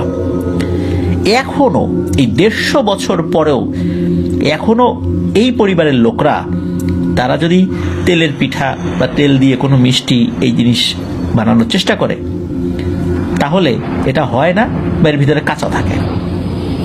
অল্প কিছুদিন আগে এই হৃদয় ভাইয়ের এক ফুপু চেষ্টা করে বানাতে, কিছু পিঠা হয়েছে, হঠাৎ করে ওনার চুলার আগুন নিভে যায় আর ধোঁয়ায় সব সাদা হয়ে যায়। যখন ধোঁয়াটা স্বাভাবিক পর্যায়ে চলে আসে তখন উনি দেখেন যতগুলো পিঠা বানিয়েছেন একটাও নাই। এমনকি পিঠা তৈরির অন্যান্য যেই উপকরণগুলো ছিল, যেগুলো দিয়ে উনি পিঠা বানাবেন, সেগুলোও নাই। এই ঘটনার পর থেকে এখনো কেউ এটা চেষ্টাই করেন না বা চেষ্টা করা ছেড়ে দিয়েছেন। অল্প কিছুদিন আগে হৃদয় ভাইয়ের এক কাকা, উনি ঢাকার কাকরাইল যে মসজিদটা রয়েছে, তাবলিগে তো অনেকে এখানে আসেন, সেখানে একজন হুজুরের সাথে দেখা করেছিলেন, সব ঘটনা খুলে বলেন। তো উনি পরামর্শ দেন যে আপনারা যেভাবে আছেন ওভাবেই থাকেন, বানানোর দরকার নাই, কিনে খান, কেউ কিছু দিলে খান, আত্মীয় স্বজনরা বানিয়ে দিলে তো খাবেন। আর এটা এমন কোনো জিনিস না যে এটা আপনারা না বানালে বড় ধরনের কোনো ক্ষতি হয়ে যাবে, কিন্তু বানালে ক্ষতি হতে পারে। আর এমন যদি ক্ষতি হয়েই যায় তাহলে তো সেই ক্ষতিটার আর পূরণ হবে না। এই পরামর্শের পর এভাবেই চলছে, আর কেউ এটা বানানোর চেষ্টা করেন না। 2 বছর আগে একটা ঘটনা ঘটেছিল যে ওনার এক কাকা, উনি সিমের যেই মাচাল তৈরি করা হয় সিম গাছের, তো ওখানে কাজ করতে গিয়েছেন, দেখেন বিশাল একটা সাপ, সাধারণত কিং কোবরা এরকম হয়, অনেক বিশাল সাপ যেগুলো ফনা তুলে, কিং কোবরা থেকেও বড় আকৃতির একটা সাপ ফনা তুলে বসে আছে। ওই তো তখন দিয়েছেন একটা চিৎকার, ওনার চিৎকার আশপাশ থেকে আরো অনেক লোক চলে আসে, সবাই ওই সাপটাকে দেখতে পাচ্ছে। তখন কাকা ওই সাপটাকে মারতে সবাইকে নিষেধ করে। সবাই তো বড় বড় লাঠি নিয়ে আসছে, কেউ কেউ বাঁশ নিয়ে আসছে, আস্ত বাঁশ একটা নিয়ে আসছে, যেটাকে পিটাই মারবে, দূর থেকে মারবে আর কি, কাছে যেতে ভয় পাচ্ছে। তখন স্থানীয় একজন মহিলা সাপুরিয়া, সেও কাছাকাছি ছিল, উনি চলে আসেন, এসে বলেন যে আপনারা সবাই চলে যান, এই সাপ আপনাদের কিছুই করবে না, আর আপনারাও এই সাপটাকে কিছু করতে পারবেন না, আমিও এই সাপটাকে ধরতে পারবো না। তখন ওই সাপুরিয়া কাছে গিয়ে ওই সাপটাকে সালাম জানিয়েছিলেন, বলেন যে আপনি এখান থেকে চলে যান, এনারা ভয় পাচ্ছেন, আর না বুঝে হয়তোবা কোনো একটা ক্ষতি করতে পারে, আমরা চাই না এই ধরনের কোনো অনাকাঙ্ক্ষিত ঘটনা ঘটুক, আপনি চলে যান। এরপর ওই সাপটা ফনা নামিয়ে আস্তে করে একপাশে চলে যায়। তখন সবাই বুঝতে পারে যে আসলে এটা সাপ নয়, এটা সেই জিন। এখনো মাঝে মাঝে ওই সাপটাকে ওনাদের যে মূল বাড়ি আর কি, ওখানকার আশেপাশে দেখা যায়, এখন ওই সাপটা রয়েছে। সবচাইতে রহস্যজনক ব্যাপার হলো এই যে পিঠা যে বানানো যায় না, এটা আসলে কোন রহস্য এর মধ্যে লুকায়িত আছে, কেনই বা এটা হয় না? সাইন্টিফিক ব্যাখ্যা তো আসলে দেয়া পসিবল নয়। আসলে পৃথিবীর অনেক রহস্য এইভাবেই লুকায়িত থাকে। সব রহস্য আসলে মীমাংসিত হয় না, কিছু কিছু রহস্য রহস্যই থাকে, শুধু অল্প কিছু পরিস্থিতি জানা যায়। যেমন এই পরিস্থিতিটা আমরা জানলাম যে কেন এটা হয় না, কিন্তু এর মধ্যে কি মেকানিজম রয়েছে সেটা আমরা কখনোই জানতে পারবো না। কিছু কিছু বিষয় ওভাবেই রেখে দেওয়া উচিত, যেমনটা প্রায় 150 বছরেরও বেশি সময় ধরে একই রকম রয়েছে। ধন্যবাদ জানাচ্ছি হৃদয় ভাইকে, অদ্ভুত একটি ঘটনা আমাদের সাথে শেয়ার করেছেন। প্রিয় লিসেনার্স, আমরা সতর্ক থাকব। বিভিন্ন ঘটনায় বলেছি রাতের বেলা হুট করে কোনো জায়গায় ময়লা ফেলা, গরম পানি ফেলা, কফ থুথু এগুলা ফেলা, কোনো জায়গা অপবিত্র করা, কোনো গর্তের মধ্যে কোনো জিনিস ফেলা, এই কাজগুলো আমরা করব না। আল্লাহ আমাদেরকে হেফাজত করুন। প্রিয় লিসেনার্স, চলুন আমরা চলে যাব আমাদের এবার এপিসোডের পরবর্তী আরো একটি নতুন ঘটনায়।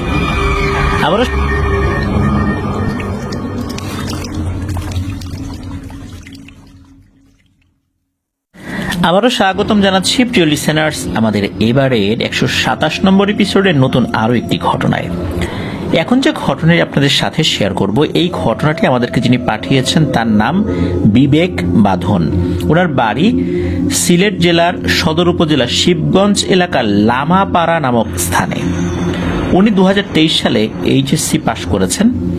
আমাদের ফেসবুক, ইউটিউব সব জায়গাতেই উনি খুব অ্যাক্টিভ একজন মেম্বার।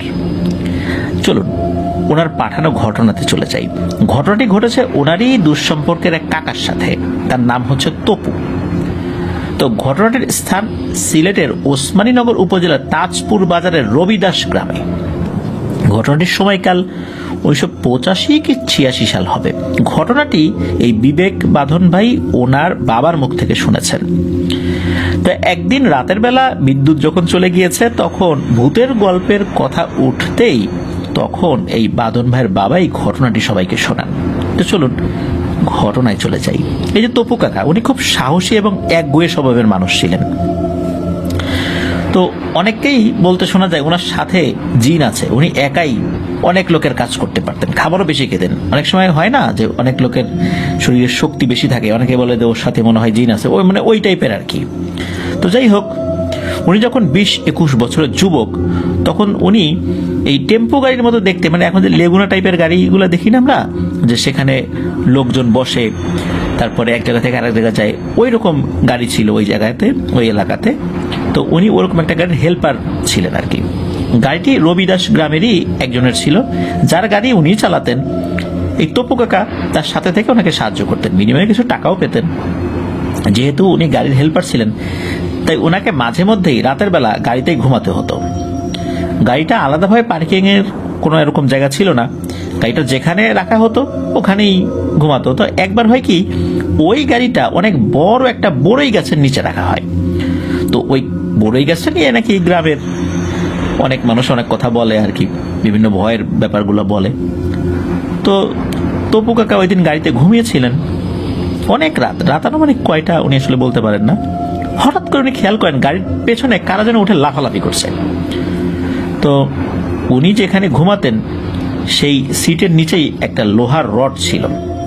উনি কি করেছেন, সেটি নিয়ে বাইরে বের হয়েছেন। কি হয় রে দেখি একটু, এই চিন্তা করে উনি দেখেন যে 7 থেকে 8 জন বামন আকৃতির লোক, এরা এভাবে লাফালাফি করছে। তপু কাকার তো মেজাজ গেছে বিগড়ে, এত রাতের বেলায় এগুলো কোত্থেকে আসলো?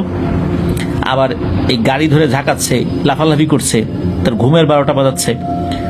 উনি হাতে থাকা রড দিয়ে এলো পাথারে পিটাতে থাকেন, এগুলা সমানে পিটাচ্ছেন। তো সামনে একটা বাজার ছিল, বামনরা ওই দিকে দৌড় দেয়, উনিও তাদের পিছু পিছু দৌড় দিয়েছেন এবং রড দিয়ে কাছে যেগুলো থাকছে মানে পরে আর কি তার রেঞ্জের মধ্যে পিটাচ্ছেন। এর মধ্যে একটি বামন পা স্লিপ করে মাটিতে পড়ে যায়। তো তপু কাকা কি করেছে, ওইটাকে পেটানো শুরু করেছে। একটা পর্যায়ে ওই বামনটা দুহাত জোর করে তপু কাকাকে বলে যে আমাকে মেরো না, চলে যাচ্ছি। কিন্তু তপু কাকা ওইদিকে খেয়াল না করে তাকে আচ্ছা মতো পিটাতে থাকেন। একটা পর্যায়ে তপু কাকার চোখের সামনে ওই বামনটা আর্তনাদ করে নিস্তেজ হয়ে পড়ে যায়। এরপর উনি ওখান থেকে চলে এসে আবার গাড়িতে শুয়ে পড়েন। ওই রাত্রে আর কিছু হয় না। সকাল হলে তিনি ওই জায়গাটায় গিয়ে দেখেন একটা কালো বিড়াল মরে পড়ে আছে, পাশে আরেকটি কালো বিড়াল বসে আছে। ওই বিড়ালটি তপু কাকাকে দেখেই তার দিকে রাগে তাকিয়ে থাকে। তপু কাকা কি করছেন, এগিয়ে গিয়ে ওই বিড়ালটাকেও সজোরে মেরেছেন এক লাথি। তো লাথি দেওয়ার পর উনি নিজেই ও মা বাবা মানে ও বাবা গো মা গো বলে চিৎকার দিয়ে উঠছেন। কারণ হলো উনি যে লাথিটা দিয়েছেন মনে হচ্ছে উনি কোনো পাথরের গায়ে লাথি দিয়েছেন। আর বিড়ালটি লাথি খেয়ে কোনো আওয়াজই করে না, উল্টো এই তপু কাকাই খুব ব্যথা পেয়েছেন। তো তপু কাকা দেখলেন ওই বিড়ালটি হেঁটে হেঁটে চলে গেল। ওই রাত থেকে আসলে উনি আর গাড়িতে ঘুমান না, উনি চলে আসেন এই বাঁধন ভাইয়ের বাবার মামার বাড়িতে আর কি। তো উনি বাঁধন ভাইয়ের বাবার মামার বাড়িতেই থাকতেন। তো উনি যে ঘরে থাকতেন সেটি ছিল গোয়াল ঘরের পাশে একটি ঘর। এটি মূল বাড়ির যেই অংশ এটা থেকে একটু আলাদা ছিল। তো বাঁধন ভাইয়ের বাবা উনিও তখন কিন্তু বাঁধন ভাইয়ের বাবার মামার বাড়িতেই থাকতেন আর কি। মানে ওই সময়ও কিন্তু বাঁধন ভাইয়ের বাবা বাঁধন ভাইয়ের বাবার মামার বাড়িতে থাকতেন, যেই বাড়িতে এই যে তপু কাকা থাকা শুরু করেছেন আর কি।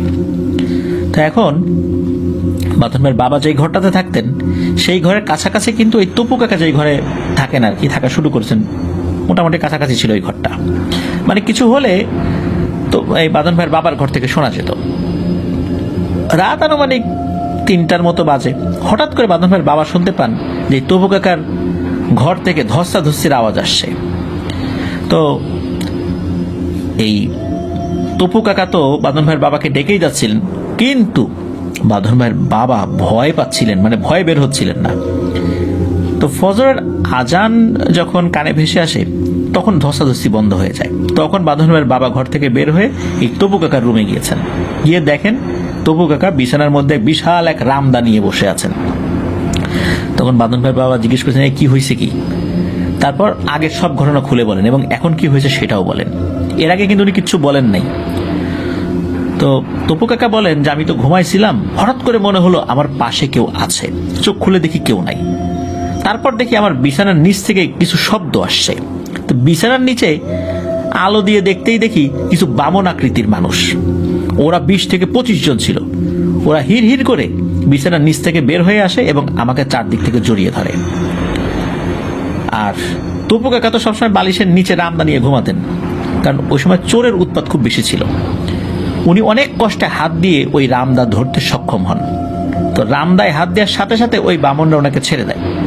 উনি তো রামদা নিয়ে এলো পাথারে কোপাতে থাকেন, কিন্তু দেখতে পান একটি কোপও তাদের গায়ে লাগছে না।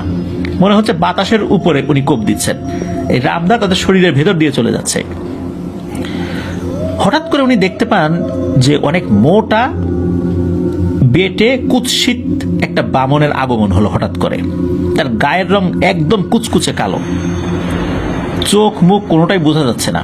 সে এসে এই তপু কাকার হাত থেকে তার রামদাটা কেড়ে নেয়, তারপর তাকে শূন্যে আছাড় মারে। আর অন্য বামনগুলো ধরে ধরে আছাড় মারা শুরু করেছে, মানে ফুটবলের মতো এক জায়গা থেকে আরেক জায়গায় তাকে ছুঁড়ে ফেলছে, এমন একটা অবস্থা। এরই মধ্যে আজানের শব্দ শোনা যায়, আর তার চোখের সামনে নাকি এইগুলো মিলিয়ে যায়। তো বাঁধন ভাইয়ের বাবা সবকিছু শোনার পর বাড়ির সবাইকে বলেন একজন কবিরাজ ডাকার জন্য। তো বাড়ির পাশেই একজন ভালো কবিরাজ ছিলেন, ওনাকে সব কথা বলার পর উনি এই তপু কাকাকে পানি পড়া কিছু ঝাড়ফুঁক দিয়েছেন এবং বলেন আমি ব্যাপারটা দেখবো, একটু তথ্য সংগ্রহ করে নিই। তো ওই রাত্রে আর কিছু হয় না। তবে ওই রাতে বাড়ির আশপাশ থেকে গোঙানি আওয়াজ শোনা গিয়েছে, মনে হচ্ছে কেউ গুঙিয়ে গুঙিয়ে কাঁদছে, এমন একটা অবস্থা। তো যাই হোক, পরদিন ওই কবিরাজ দাদা এসে হাড় হিম করে একটা ঘটনা বলেন। কবিরাজ দাদা বলেন যে এই তপু যাকে মেরেছে এটা হচ্ছে একটি জিন, কিন্তু ওরা ওরকম খারাপ জিন না, কিন্তু তপু যাকে মেরেছে সেটি ওই জিন সর্দারের খুব কাছের আত্মীয় ছিল, যার কারণে তপুর উপর এই জিনেরা খুবই ক্ষিপ্ত এবং ওই জিনেরা বলেছে যে তপুকে ওরা নিয়ে যাবে তাদের দেশে, সেখানে শাস্তি দেবে, আর বাড়ির অন্য সদস্যদেরকে কিছু করবে না, কারণ তারা দায়ী না। কিন্তু কেউ যদি বাধা হয়ে দাঁড়ায়, তপুকে বাঁচানোর চেষ্টা করে, তাহলে ওরা তাকে মেরে ফেলবে। একথা শোনার পর সবাই ওই কবিরাজাদাকে বলেন যে কিছু একটা করেন। তখন ওই কবিরাজাদা বলেন যে ঠিক আছে, আজকে রাত্রে আবার ওদের সাথে কথা বলে দেখি। তো পরের দিন সকালবেলা কবিরাজাদা আসেন এবং এসে বলেন ওরা তপুকে ছেড়ে দেবে, কিন্তু একটা শর্তে। সবাই বলে কি শর্ত? গরু ছাগল এগুলা কিছু দিতে হবে? বলেন না, ওরা বলেছে যে তপু বিয়ে করার পর ওর প্রথম যে পুত্র সন্তান হবে তাকে ওরা নিয়ে যাবে। সবাই রাজি না থাকলেও তপু কাকার কথা চিন্তা করে তারা বলে যে হ্যাঁ ঠিক আছে, আমরাও রাজি, আপাতত তোরা বাঁচুক, পরে যেটা হবে সেটা না হয় আমরা ভালো কোনো ওঝা কবিরাজ দিয়ে এটা আস্তে আস্তে সামলে নেব, এখনো তোর বিয়ে করার দেরি আছে। তো সবার মত নিয়ে কবিরাজ চলে যান এবং কবিরাজ বলেন আমি কিন্তু ওদেরকে জানিয়ে দেবো তোমরা রাজি। তারা বলেন হ্যাঁ ঠিক আছে রাজি, তাহলে মনে রেখো তোমাদের সাথে কিন্তু ওদের একটা চুক্তি হয়ে গেল।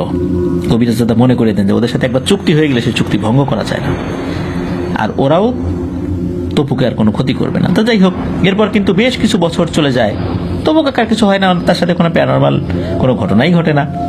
বেশ কিছু বছর পর তপু কাকা বিয়ে করেছেন, সবাই ওই ঘটনাটি ভুলেই গিয়েছিল। তপু কাকার বিয়ের 2 বছর পর ওনার ঘরে প্রথম একটা কন্যা সন্তান হয়। ওই সন্তান একদম স্বাভাবিকভাবেই বড় হয়। তার প্রায় 1.5 বছর পর ওনার ঘরে প্রথম পুত্র সন্তান জন্ম নেয়। ওই ছেলের বয়স যখন 3 মাস, একদিন হঠাৎ করেই ঘর থেকে এই বাচ্চা উধাও। সবাই তো অনেক খোঁজাখুঁজি করছে, পায় না। তখন সবার মনে পড়ে সেই চুক্তির কথা। সেই কবিরাজ দাদার কাছে আবার সবাই শরণাপন্ন হয়। তো কবিরাজ দাদা বলে যে ঠিক আছে, রাতের বেলা দেখি যোগাযোগ করি। পরদিন সকালবেলা কবিরাজ দাদা বলেন যে ওদের সাথে একটা চুক্তি হয়েছিল ওই বামনদের সাথে, সেই চুক্তি অনুযায়ী তপুর প্রথম পুত্র সন্তানকে ওরা নিয়ে গেছে, আর কখনোই এই ছেলেকে তোমাদের কাছে দেবে না। এই ছেলেকে ওরা মেরে ফেলবে না বাঁচিয়ে রাখবে, কি করবে এই বিষয়ে ওরা কোনো তথ্য জানাবে না বলেছে। এই যে এত বছর হয়ে গেল, অনেক চেষ্টা করা কিন্তু হয়েছে সেই সন্তানকে ফিরে পাওয়ার জন্য। সেই সন্তান বেঁচে আছে না মারা গেছে, কি অবস্থায় আছে, কোনো ধরনের কোনো তথ্যই কেউ দিতে পারেনি। তপু কাকার ঘরে কিন্তু আরো 2জন পুত্র সন্তান জন্ম নিয়েছে পরে, তারা কিন্তু ঠিক আছে, তাদের সাথে কোনো ধরনের সমস্যা হয়নি। কিন্তু ওই যে সন্তানটাকে বামনরা নিয়ে গেছে, যার কোনো তথ্যই জানা যায়নি।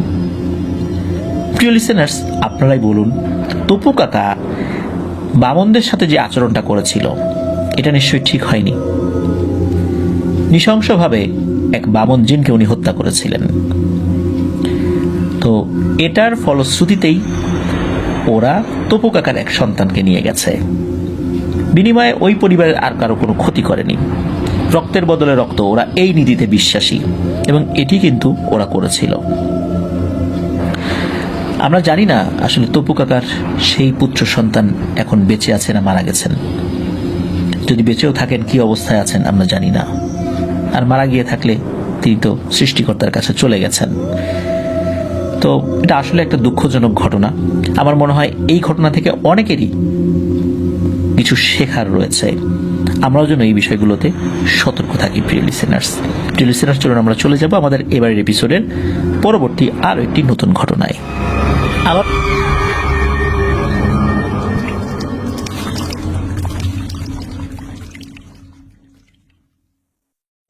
আবারও স্বাগতম জানাচ্ছি প্রিয় লিসেনার্স আমাদের 127তম এপিসোডের নতুন আরো একটি ঘটনায়। এখন যে ঘটনাটি আপনাদের সাথে শেয়ার করবো, এই ঘটনাটি আমাদেরকে যিনি পাঠিয়েছেন ওনার নাম সোহা ইসলাম। ওনার বাড়ি চুয়াডাঙ্গা জেলার আলমডাঙ্গা উপজেলায়। উনি এর আগেও আমাদেরকে ঘটনা পাঠিয়েছিলেন। তো এখন যে ঘটনাটি আপনাদের সাথে শেয়ার করব, এই ঘটনাটি ওনার নিজের সাথেই ঘটে যাওয়া ঘটনা। 2015 সাল থেকে এই ঘটনার সূত্রপাত ওনার সাথে। ছোটবেলা থেকেই উনি এই জিন ভূত এগুলো দেখার খুব বেশি ইচ্ছা পোষণ করতেন।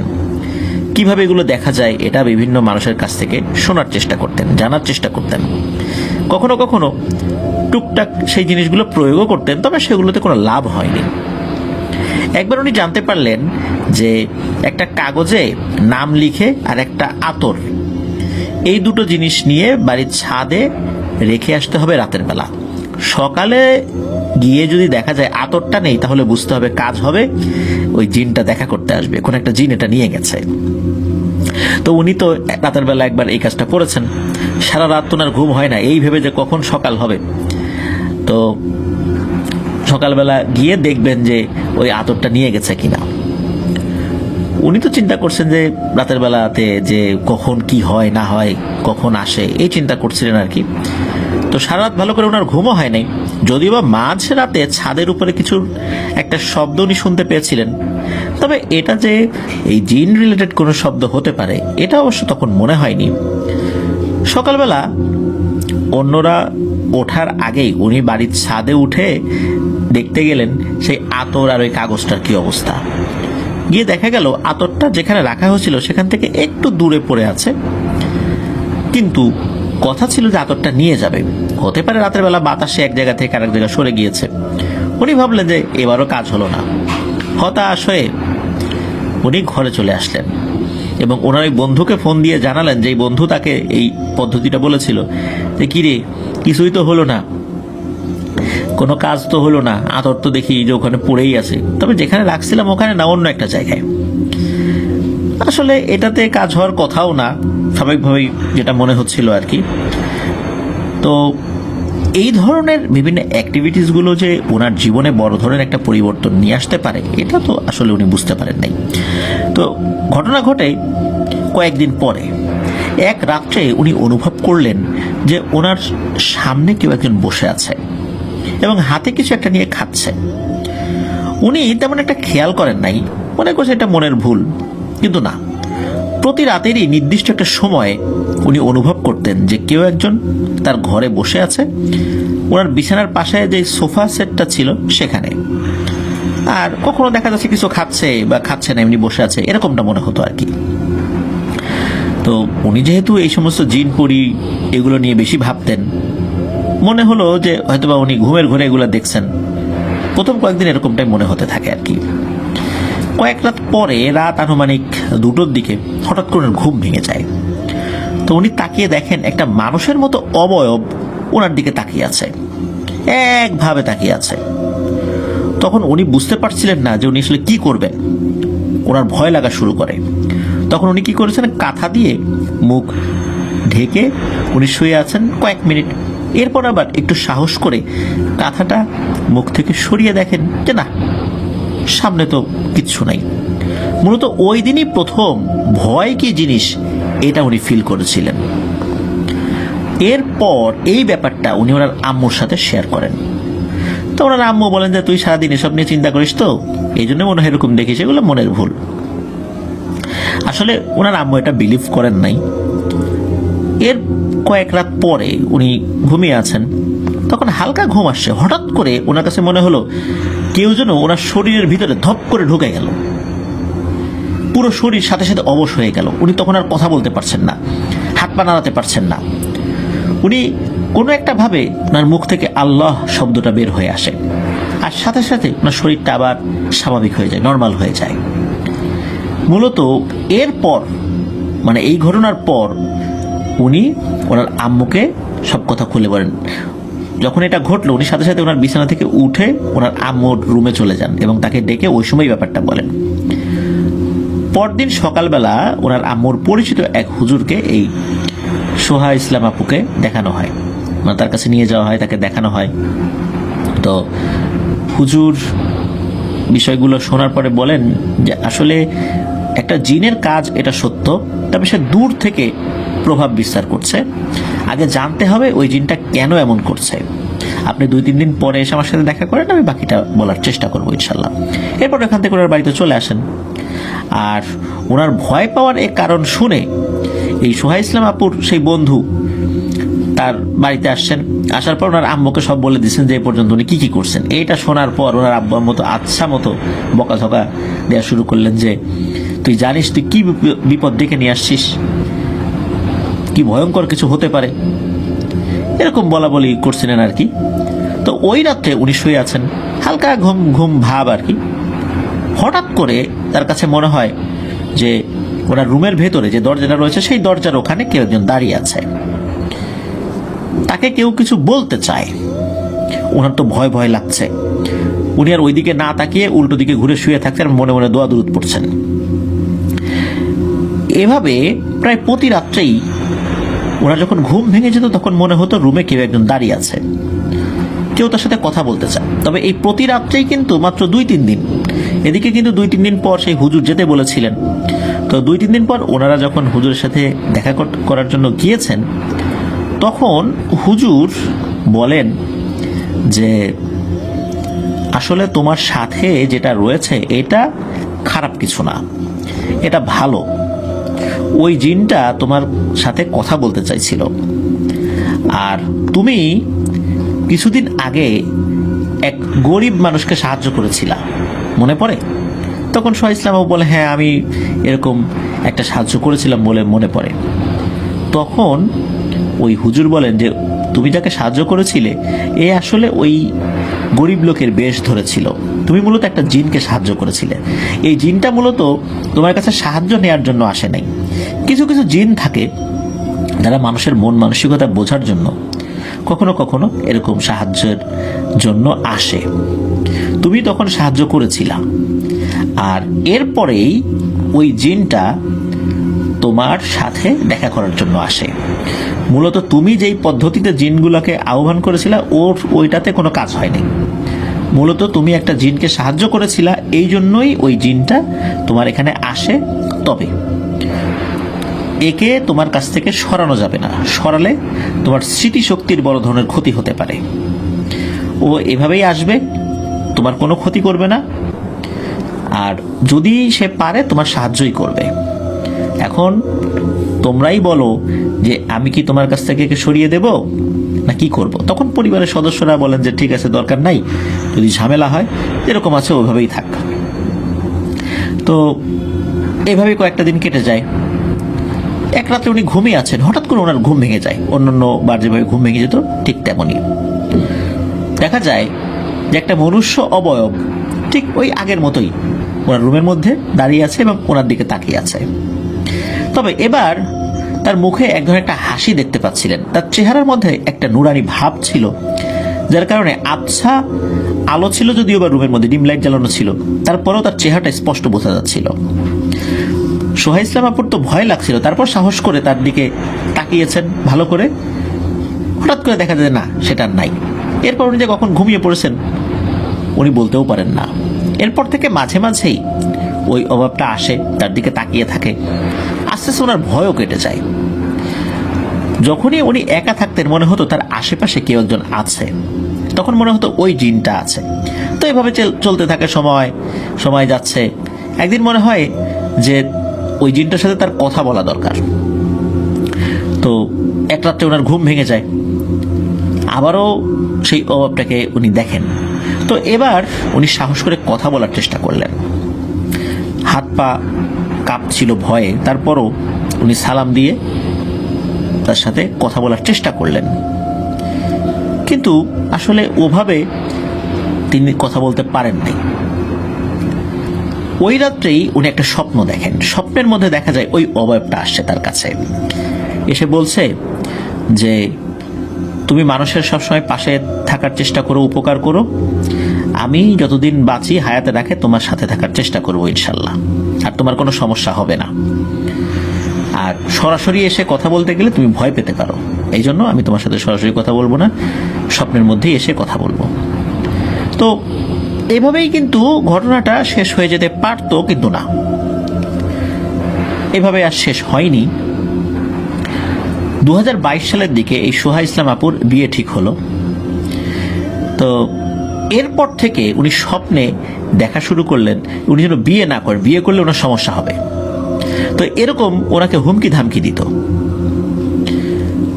এরপর দেখা যেত যে ওনার বিয়ে হয়ে গেছিল, যদিও বিয়ের পর পারিবারিক বিভিন্ন অশান্তি লেগেই থাকতো। হাজব্যান্ডের সাথে বনিবনা হতো না, ঝগড়াঝাটি হতো। তো এভাবে কিন্তু বছরখানেক চলে যায়। আর ওনার বিয়ের বেশ কিছুদিন আগে থেকেই ওই অবয়বটাকে উনি আর স্বপ্নে ওইভাবে দেখতেন না, তবে ওই অবয়বের মতোই আর একটা অবয়ব। স্বপ্নের মধ্যে তো আসলে চেহারা ওইভাবে স্পষ্টভাবে বোঝা যায় না, তো উনি ওরকম আর একটা অবয়ব দেখতেন, সে হুমকি ধামকি দিত। তো বিয়ের পর এভাবে তো সংসার চলছিল, খুব একটা বাজে পরিস্থিতির মধ্য দিয়ে ঝগড়াঝাটি সারাক্ষণ লেগেই থাকে। উনি ওনার হাজবেন্ডকে দেখতেই পারতেন না, মানে তার চেহারা দেখলেই মেজাজ বিগড়ে যেত, এমন একটা অবস্থা আর কি। আর মাঝে মাঝে রাতের বেলা বাড়ির ছাদে কারো হাঁটাহাঁটির শব্দ ওনার হাজবেন্ড এবং উনি দুজনই শুনতে পেতেন। এক রাতের বেলা ওনার হাজবেন্ড কোনো একটা কাজের জন্য বাড়িতে ফিরতে পারেন নাই, মানে দূরবর্তী স্থানে গিয়েছিলেন। তো উনি ওয়াশরুমে যাওয়ার জন্য ঘর থেকে বাইরে বের হয়েছেন। তো দেখেন যে কোন একটা অবয়ব দাঁড়িয়ে আছে এবং ওনাকে দেখে হাসছে। এই প্রথম উনি প্রচন্ড ভয় পান, কারণ এরকম অবয়ব উনি তো দেখেছেন, চেহারা ওভাবে স্পষ্ট না দেখলেও উনি দেখেছেন, ভয় পান নাই। কিন্তু এটাকে দেখে উনি ভয় পেয়ে যান, উনি ওখানেই অজ্ঞান হয়ে পড়ে যান। ওনার যখন জ্ঞান ফেরে তখন দেখেন ওনার পরিবারের অনেকেই আশেপাশে আছে আর কি, মূলত ওনার শ্বশুরবাড়ির সদস্যরা। এরপর একজন হুজুরকে ডেকে নিয়ে আসা হয়, সেই আগের হুজুরকে যিনি প্রথমে ওনাকে দেখেছিলেন আর কি। তখন ওই হুজুরটা বলেন যে, মা তুমি তো সন্তান সম্ভবা ছিলা, কিন্তু তোমার এই সন্তানটা এখন আর নাই, তোমার সন্তানকে ওরা খেয়ে ফেলেছে। আর মূলত তোমার সাথে যেই জিনটা ছিল, তোমার বিয়ের পরে ওই জিনটা ওইভাবে তোমার কাছে আসতো না। কারণ হচ্ছে আসলে তোমার ক্ষতি হতে পারে, যেহেতু তোমার নতুন সংসার, ভয় পেতে পারো। আবার দেখা গেল তোমার শ্বশুরবাড়ির লোকজন এই বিষয়গুলো জানলে তারাও বিষয়টা অন্যরকম ভাবে মনে করতে পারে। এই জন্য ওই জিনটা তোমার কাছে আসতো না। কিন্তু এই সুযোগে ওই জিনের কিছু শত্রু জিন ছিল। ওই শত্রু জিনগুলো যখন জানতে পেরেছে বা বুঝতে পেরেছে যে ওই জিনটা তোমার কাছে আসে, তোমার উপকার করে, মূলত এই সুযোগে, ও না আসার এই সুযোগে শূন্য স্থানে ওরা এসে তোমাকে জ্বালাতন শুরু করেছে। মূলত ওই জিনের উপর প্রতিশোধ নেওয়ার জন্যই তোমার উপর এসে উৎপাত শুরু করেছে। আর এই কারণেই এই সমস্যাটা হয়েছে। তবে ভয়ের কিছু নাই, ইনশাল্লাহ এই দুষ্টু জিনগুলো তোমার কাছে আসতে পারবে না। আর ওই ভালো জিনটা এখন থেকে মাঝে মাঝেই আবার আগের মতো স্বপ্নে তোমার সাথে এসে কথা বলবে, বাস্তবে আসবে না। বাস্তবে আসলে তুমি ভয় পেতে পারো এই জন্য। তো হুজুরের সাথে এই বিষয়ে যখন কথোপকথন হয়, হুজুর তো ঝাড়ফুঁক করে দেন। এরপরে ওই দুষ্টু জিনগুলো ওনার কাছে না আসলেও এখনো মাঝে মাঝে সেই ভালো জিনটা স্বপ্নে ওনার সাথে এসে কথা বলেন। মূলত সরাসরি আসলে তো ওনার ক্ষয়ক্ষতি হতে পারে, ভয় পেতে পারেন উনি, বিভিন্ন ব্যাপারই তো হতে পারে।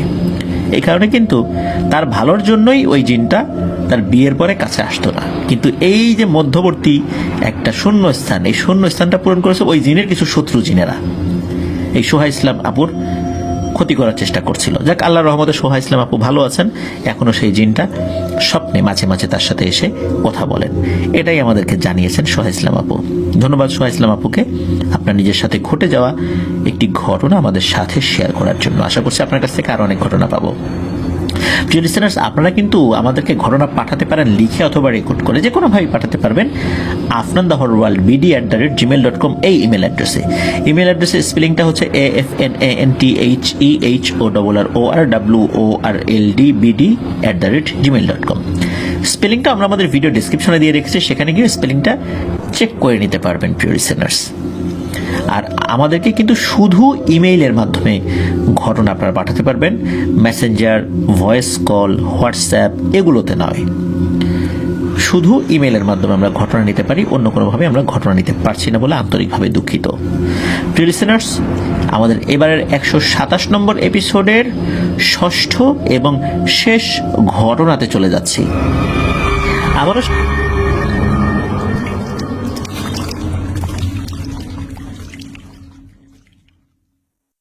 আবারও স্বাগতম জানাচ্ছি প্রিয় লিসেনার্স আমাদের 127তম এপিসোডের ষষ্ঠ এবং শেষ ঘটনায়। প্রিয় লিসেনার্স, আপনারা জানেন যে আমাদের প্রত্যেকটি এপিসোডে কমপক্ষে একটি ঘটনা যেন প্রবাসী ভাইদের থাকে সে বিষয়ে আমরা সচেষ্ট থাকি। সবসময় যে পারি বিষয়টা এরকম নয়, তবে চেষ্টায় আমাদের ত্রুটি থাকে না। তারই অংশ হিসাবে আমাদের এবারের 127তম এপিসোডের শেষ ঘটনাটি কিন্তু প্রবাসী ভাইয়ের পাঠানো ঘটনা, যিনি বর্তমানে চায়নাতে রয়েছেন। উনি নাম প্রকাশে অনিচ্ছুক। চায়নাতে উনি মাস্টার্স কমপ্লিট করে এখন চাকরি করছেন। চায়না এটি কিন্তু পৃথিবীর সবচাইতে জনবহুল দেশ এবং আয়তনে পৃথিবীর তৃতীয় বৃহত্তম দেশ। চায়নার গ্রেট ওয়াল, গ্র্যান্ড ক্যানাল এগুলো কিন্তু খুবই নামকরা। বিশ্বের অধিকাংশ মানুষ এগুলো সম্পর্কে অবগত আছেন। আজকের ঘটনার সাথে চায়নার গ্র্যান্ড ক্যানাল বা গ্র্যান্ড খালের একটা সম্পর্ক রয়েছে। চলুন ঘটনা শুরু করি। ঘটনাটি খুব বেশি দিন আগের নয়, একদম রিসেন্ট ঘটনা। তো আমাদেরকে যেই ভাই ঘটনা পাঠিয়েছেন উনি তো নাম প্রকাশে অনিচ্ছুক, এই জন্য বলছি না তার নামটা। আর উনি বর্তমানে জিনজিয়াং প্রদেশে রয়েছেন। ওনারা কি করেন, অধিকাংশ সময়ই অফিস থেকে ফেরার পর এই গ্র্যান্ড ক্যানালের বিভিন্ন তো পার্ট রয়েছে, বিশাল বড় তো এই গ্র্যান্ড ক্যানাল। তো ওনাদের বাড়ির কাছে যে অংশ, সেখানে ফিশিং বা মাছ ধরার জন্য যান। আর ওনার বাসাটা কিন্তু 2 রুমের একটা ফ্ল্যাট, আর উনি একাই থাকেন। মাঝে মাঝে ওনার ইউনিভার্সিটির ছোট ভাইরা ওনার বাসায় আসেন ওনার সাথে গল্পগুজব করার জন্য। আর বিদেশের মাটিতে যখন বাংলাদেশি কোনো ভাই তারা আসেন তার বাসায়, ওনার খুবই ভালো লাগে। আর একা একা কিন্তু একটা সময় মানুষ খুব একাকিত্ব অনুভূত হতে থাকে তাদের ভিতরে। একটা সময় এটা কিন্তু একটা হতাশায় পরিণত হয়। এই কারণে উনি সবসময় চেষ্টা করেন যেই ভাইয়েরা ইউনিভার্সিটিতে পড়েছেন, তার সহপাঠী হোক বা ছোট ভাই হোক, তাদের সাথে একটা যোগাযোগ রাখার জন্য। ওনার অফিস শেষ হয় 6টায়, ওনার বাসায় আস্তে আস্তে 6:30 বাজে। এরপর কিছুক্ষণ রেস্ট নিয়ে উনি বাইরে বের হয়ে যান, একটু গল্পগুজব করেন। তো অধিকাংশ সময় এই গ্র্যান্ড ক্যানালের বিভিন্ন জায়গাতে ওখানে ওনারা মাছ ধরেন, হুইল বড়শি যেগুলো রয়েছে এগুলো দিয়ে। সরকারিভাবে কিন্তু সেখানে প্রচুর মাছ ছাড়া হয়, অনেকে সেখানে মাছ ধরেন। তো উইকেন্ড বা সরকারি ছুটির দিনগুলোতে অনেক লোকই সেখানে মাছ ধরার চেষ্টা করেন। আর ওনারা হামেশাই এটা ধরার চেষ্টা করেন, ছিপ ফেলেন, গল্পগুজব করেন। তো এমনই একটা ঘটনা বলছি, সেটা হলো যে ওনারা তো মাছ ধরতে গিয়েছেন, 2 জন ছিলেন ওই দিন।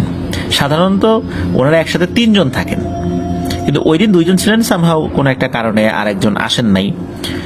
তো 2 জন যখন মাছ ধরতে গিয়েছেন, যাওয়ার পর দেখা গেল যে টানা 3 দিন কিন্তু ট্রাই করেছেন, একটা মাছও ধরতে পারেন নাই। চতুর্থ দিন ওনারা মাছ ধরার জন্য যখন গিয়েছেন, অন্য দিনগুলোতে কিন্তু 3 জন ছিলেন, কিন্তু একদম চতুর্থ দিন 2 জন ছিলেন।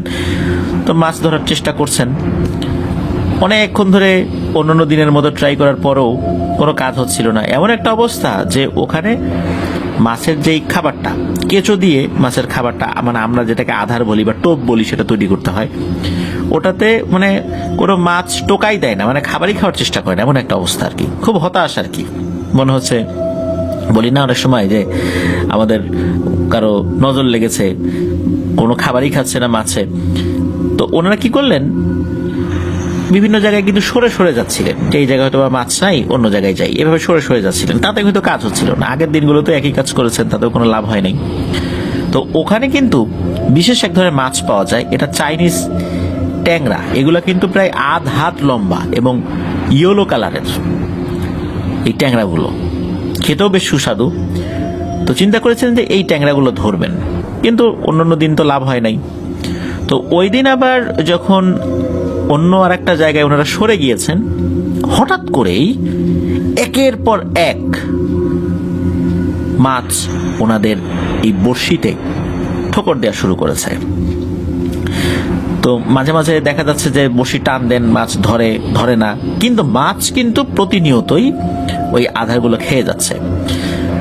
তো মাছ যে পাচ্ছিলেন না তা না, কোনোটা হয়তো বা বিধাতে পারছিলেন, কোনোটা আবার ছুটে যাচ্ছিল। তো আধাত পরিমাণ মাছ, এগুলো কিন্তু একটাই একজন মানুষের জন্য যথেষ্ট। তো ওনারা অনেকগুলো মাছ পান, 26টা প্লাস এরকম মাছ ওনারা পেয়েছেন অল্প সময়ের মধ্যে। তো ওনার সাথে যে ছোট ভাইটা গিয়েছিলেন তিনি বলেন যে ভাই, মাছ তো অনেকগুলো পেলাম, চলেন যাই, বাসায় ফেরত যাই। তখন কিন্তু রাত বাজে প্রায় 3:30 4টা এরকম আর কি, এরকম একটা সময় হয়ে গেছে আর কি, চাইনিজ টাইম অনুযায়ী। তখন ওনারা চিন্তা করলেন যে হ্যাঁ তাই তো, আবার সকালবেলা তো অফিসে যেতে হবে, কিছু সময় তো ঘুমাতে হবে। তো ওনারা দুজন বাসায় চলে আসেন। বাসায় চলে আসার পর ওনার সাথে যে ছোট ভাইটা ছিল তিনি কি করেছেন, একটু ফ্রেশ হয়ে বিছানায় গিয়ে একটু শুয়েছেন। আর এই যে বড় ভাই যিনি, মানে যার কাছ থেকে আমরা ঘটনা পেয়েছি, তো উনি কি করেছেন, ওই মাছগুলো সুন্দর করে কেটেছেন, নিজেই কেটেছেন, ধুয়েছেন, খুব সুন্দর করে পরিষ্কার করে ধুয়েছেন। ধোয়ার পর চিন্তা করেছেন যে আমি ফ্রিজে রাখবো আর কি। তো মাছগুলো যখন কাটার পরে সুন্দর করে ধুয়ে একটা পাত্রের মধ্যে রেখেছেন, রাখার পর উনি ওয়াশরুমে গিয়েছেন। তো ওয়াশরুম থেকে বের হওয়ার পর উনি দেখেন একটা মাছও নেই। ওনাদের বাসায় কিন্তু বিড়াল ঢোকার কোনো সুযোগই নেই, কিন্তু মাছ গেল কোথায়? আর বিড়াল যদি ঢোকেও, মাছ যদি মুখে করে নিয়েও যায়, তাহলে ওই দিক দিয়ে তো ওই মাছের সাথে থাকা পানি তো টপ টপ করে পড়বে, একটা লাইন ধরে সেই পানিগুলো পড়া দেখা যাবে আর কি। আর বিড়াল মুখে নিয়ে গেলেও একসাথে এতগুলো মাছ কি বিড়াল নিয়ে গিয়েছে? একসাথে যদি 25-26টা বিড়াল আসে তাহলে হয়তো বা মাছগুলো একসাথে নিয়ে যেতে পারে, কিন্তু 25-26টা বিড়াল কি ওই রাতে ওই ফ্ল্যাটে ঢোকা পসিবল ছিল?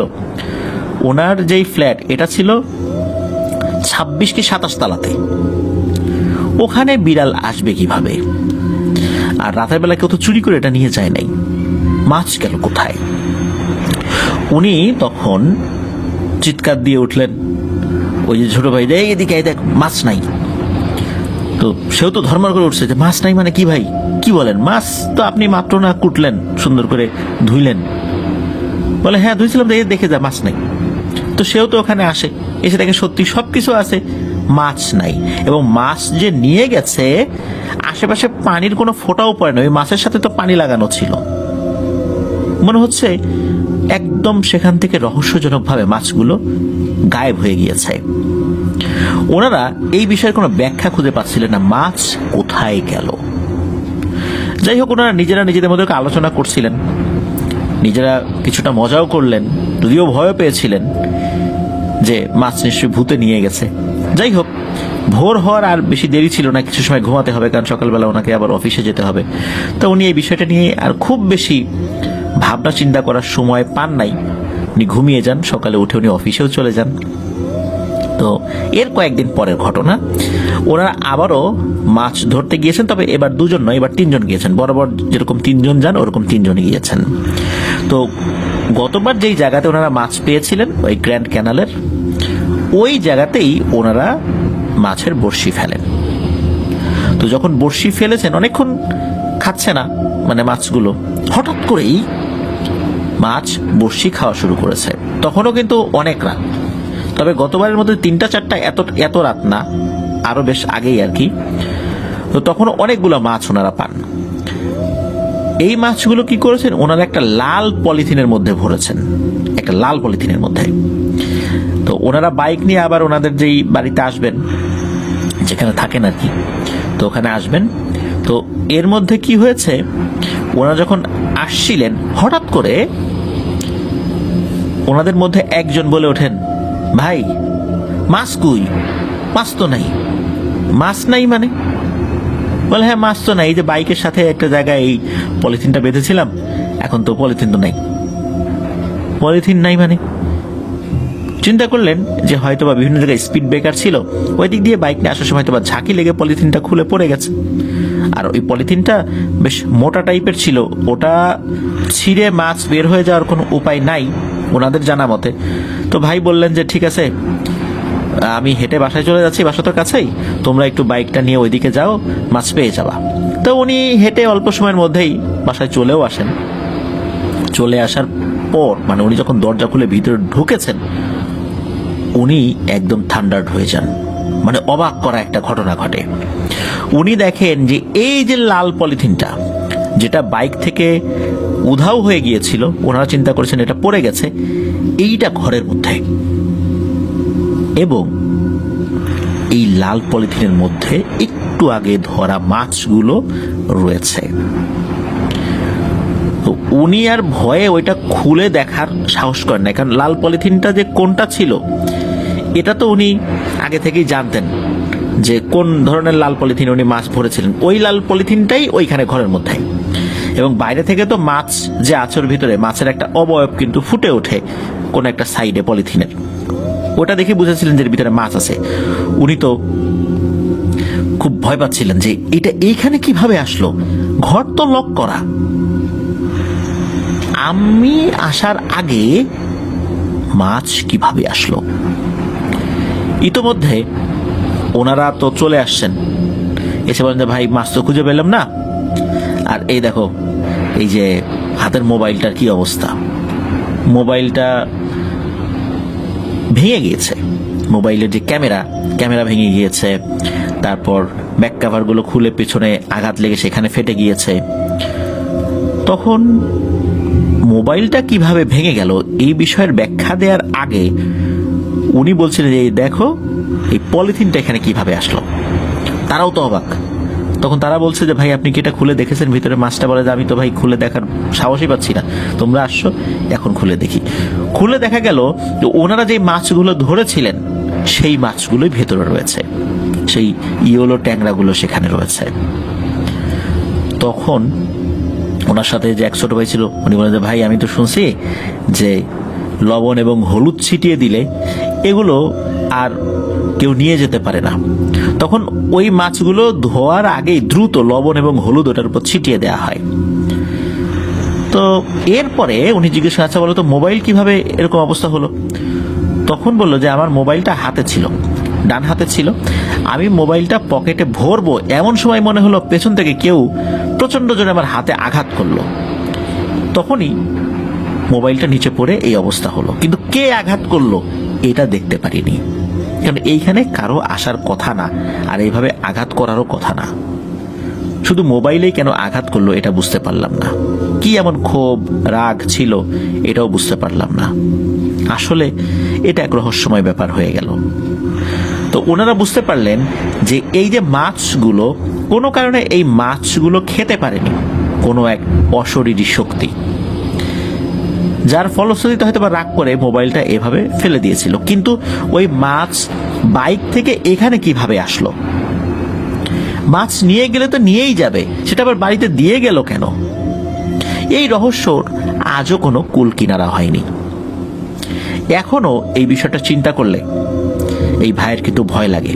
উনি রাতের বেলা কখনোই ওনার বাসায় একা থাকেন না, সাধারণত আগে থাকতেন, এখন থাকেন না।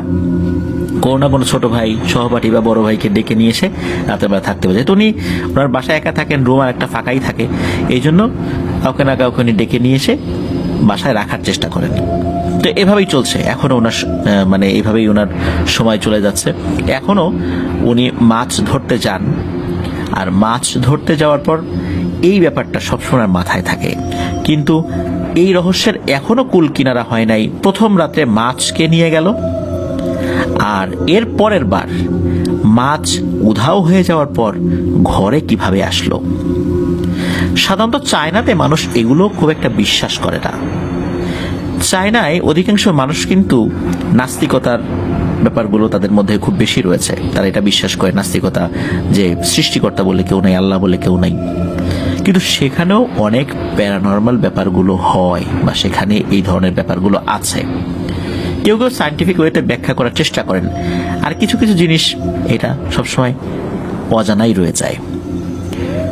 তার মানে বোঝা গেল যে চায়নার মতো জায়গাতে, যেখানে বিশাল বড় বড় আকাশচুম্বী অট্টালিকাগুলো রয়েছে, সেই জায়গাগুলোতেও কিন্তু এই ধরনের ভয়ের ঘটনাগুলো অহরহ ঘটে। তো এটি ছিল ঘটনা। ধন্যবাদ জানাচ্ছি যিনি আমাদেরকে ঘটনা পাঠিয়েছেন সুদূর চায়না থেকে। আপনার জন্য শুভকামনা রইল। আপনার কাছ থেকে ইনশাল্লাহ আরো ঘটনা পাবো বলে আমরা আশা করছি। প্রিয় লিসেনার্স, আমাদের এবারের এপিসোড এ পর্যন্তই ছিল। আশা করছি এবার এপিসোডের প্রত্যেকটি ঘটনা আপনাদের ভয় শিহরণ জাগাতে সক্ষম হয়েছে ইনশাল্লাহ।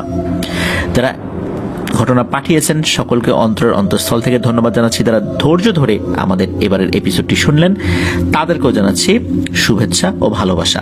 আপনাদের ভালোবাসায় আমরা অনেকটা পথ এগিয়ে যেতে চাই।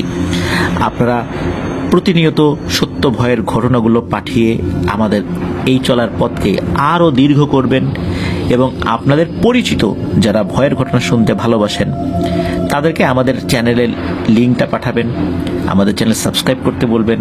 আরও বেশি বেশি যদি সাবস্ক্রাইবার্স পাই তাদের কাছ থেকেও আরও অনেক ঘটনা পাবো। এভাবে কিন্তু অনেকটা পথ আপনাদেরকে ভৌতিক আনন্দ দেওয়ার সাথে সাথে আমরা একসাথে চলতে পারবো ইনশাল্লাহ। ঘটনা না আসলে একটা সময় আমাদের চলার পথ কিন্তু থেমে যাবে, আপনাদের ওয়ার্ল্ড থেমে যাবে। যদিও বা পৃথিবীর সবকিছুরই কিন্তু একটা শেষ রয়েছে, কোনো কিছুই অনন্তকাল কিন্তু চলে না, এটা কিন্তু আমরা জানি। আর অনন্তকাল কোনো জিনিস চলতেও পারবে না, শুধুমাত্র মহান আল্লাহ সুবহানাহু ওয়া তাআলা উনি অনন্তকাল থেকে যাবেন, যার শুরুও নাই শেষও নাই। এছাড়া প্রত্যেকটি জিনিসের শুরুও আছে শেষও আছে। আমরা মনে করি যে আমরা মনে হয় সবসময় একই তালে চলতে পারবো, এটা কিন্তু মনে করার কোনো কারণ নেই। পৃথিবীতে অনেক শক্তিশালী অনেক জিনিস এসেছে চলে গিয়েছে, সেই তুলনায় আমরা তো কিছুই না। আমরা যে যত শক্তিশালী হই না কেন, যার যত জনপ্রিয়তাই থাকুক না কেন, একটা সময় সব হারিয়ে যাবে, কেউ আমাদের মনে রাখবে না। প্রিয় লিসেনার্স, এটাই পৃথিবীর বাস্তবতা, এটাই সত্য। যদিও বা এই সত্য মেনে নিতে আমাদের অনেক কষ্ট হয়, কিন্তু সত্য তো মেনে নিতেই হবে, তাই না? তবুও অনেকটা পথ আপনাদেরকে সাথে নিয়ে চলতে চাই, আপনাদের ভালোবাসায় আল্লাহর রহমতে এগিয়ে যেতে চাই ইনশাল্লাহ। আপনারাও আমাদেরকে সহযোগিতা করবেন, আল্লাহর রহমত আমাদের সাথে থাকবে। ভৌতিক আনন্দ দেওয়ার মাধ্যম দিয়ে আমরা যেন সত্যিকার অর্থেই কোনো মূল্যবোধ শিখতে পারি, অসাম্প্রদায়িকতা শিখতে পারি, মানুষের প্রতি ভালোবাসা শিখতে পারি, প্রাণীর প্রতি ভালোবাসা শিখতে পারি। সেই সাথে বাংলাদেশের আবহমান কাল ধরে যে ভৌতিক ঘটনাগুলো চলে আসছে, যেটা আমাদের সংস্কৃতির অংশ, লোকসাহিত্যের অংশ, সেটাও যেন আপনাদের সামনে তুলে ধরতে পারি। আল্লাহ আমাদের প্রচেষ্টাকে কবুল করুন। আমার জন্য দোয়া করবেন, আমার পরিবারের জন্য দোয়া করবেন, আপনাদের জন্য দোয়া রইল, আপনাদের পরিবারের প্রত্যেকের জন্য দোয়া রইল। মহান আল্লাহ সুবহানাহু ওয়া তাআলা আমাদেরকে ভালো রাখুন, সুস্থ রাখুন, নিরাপদে রাখুন, আপনার ওয়ার্ল্ডের সাথে রাখুন। আসসালামু আলাইকুম।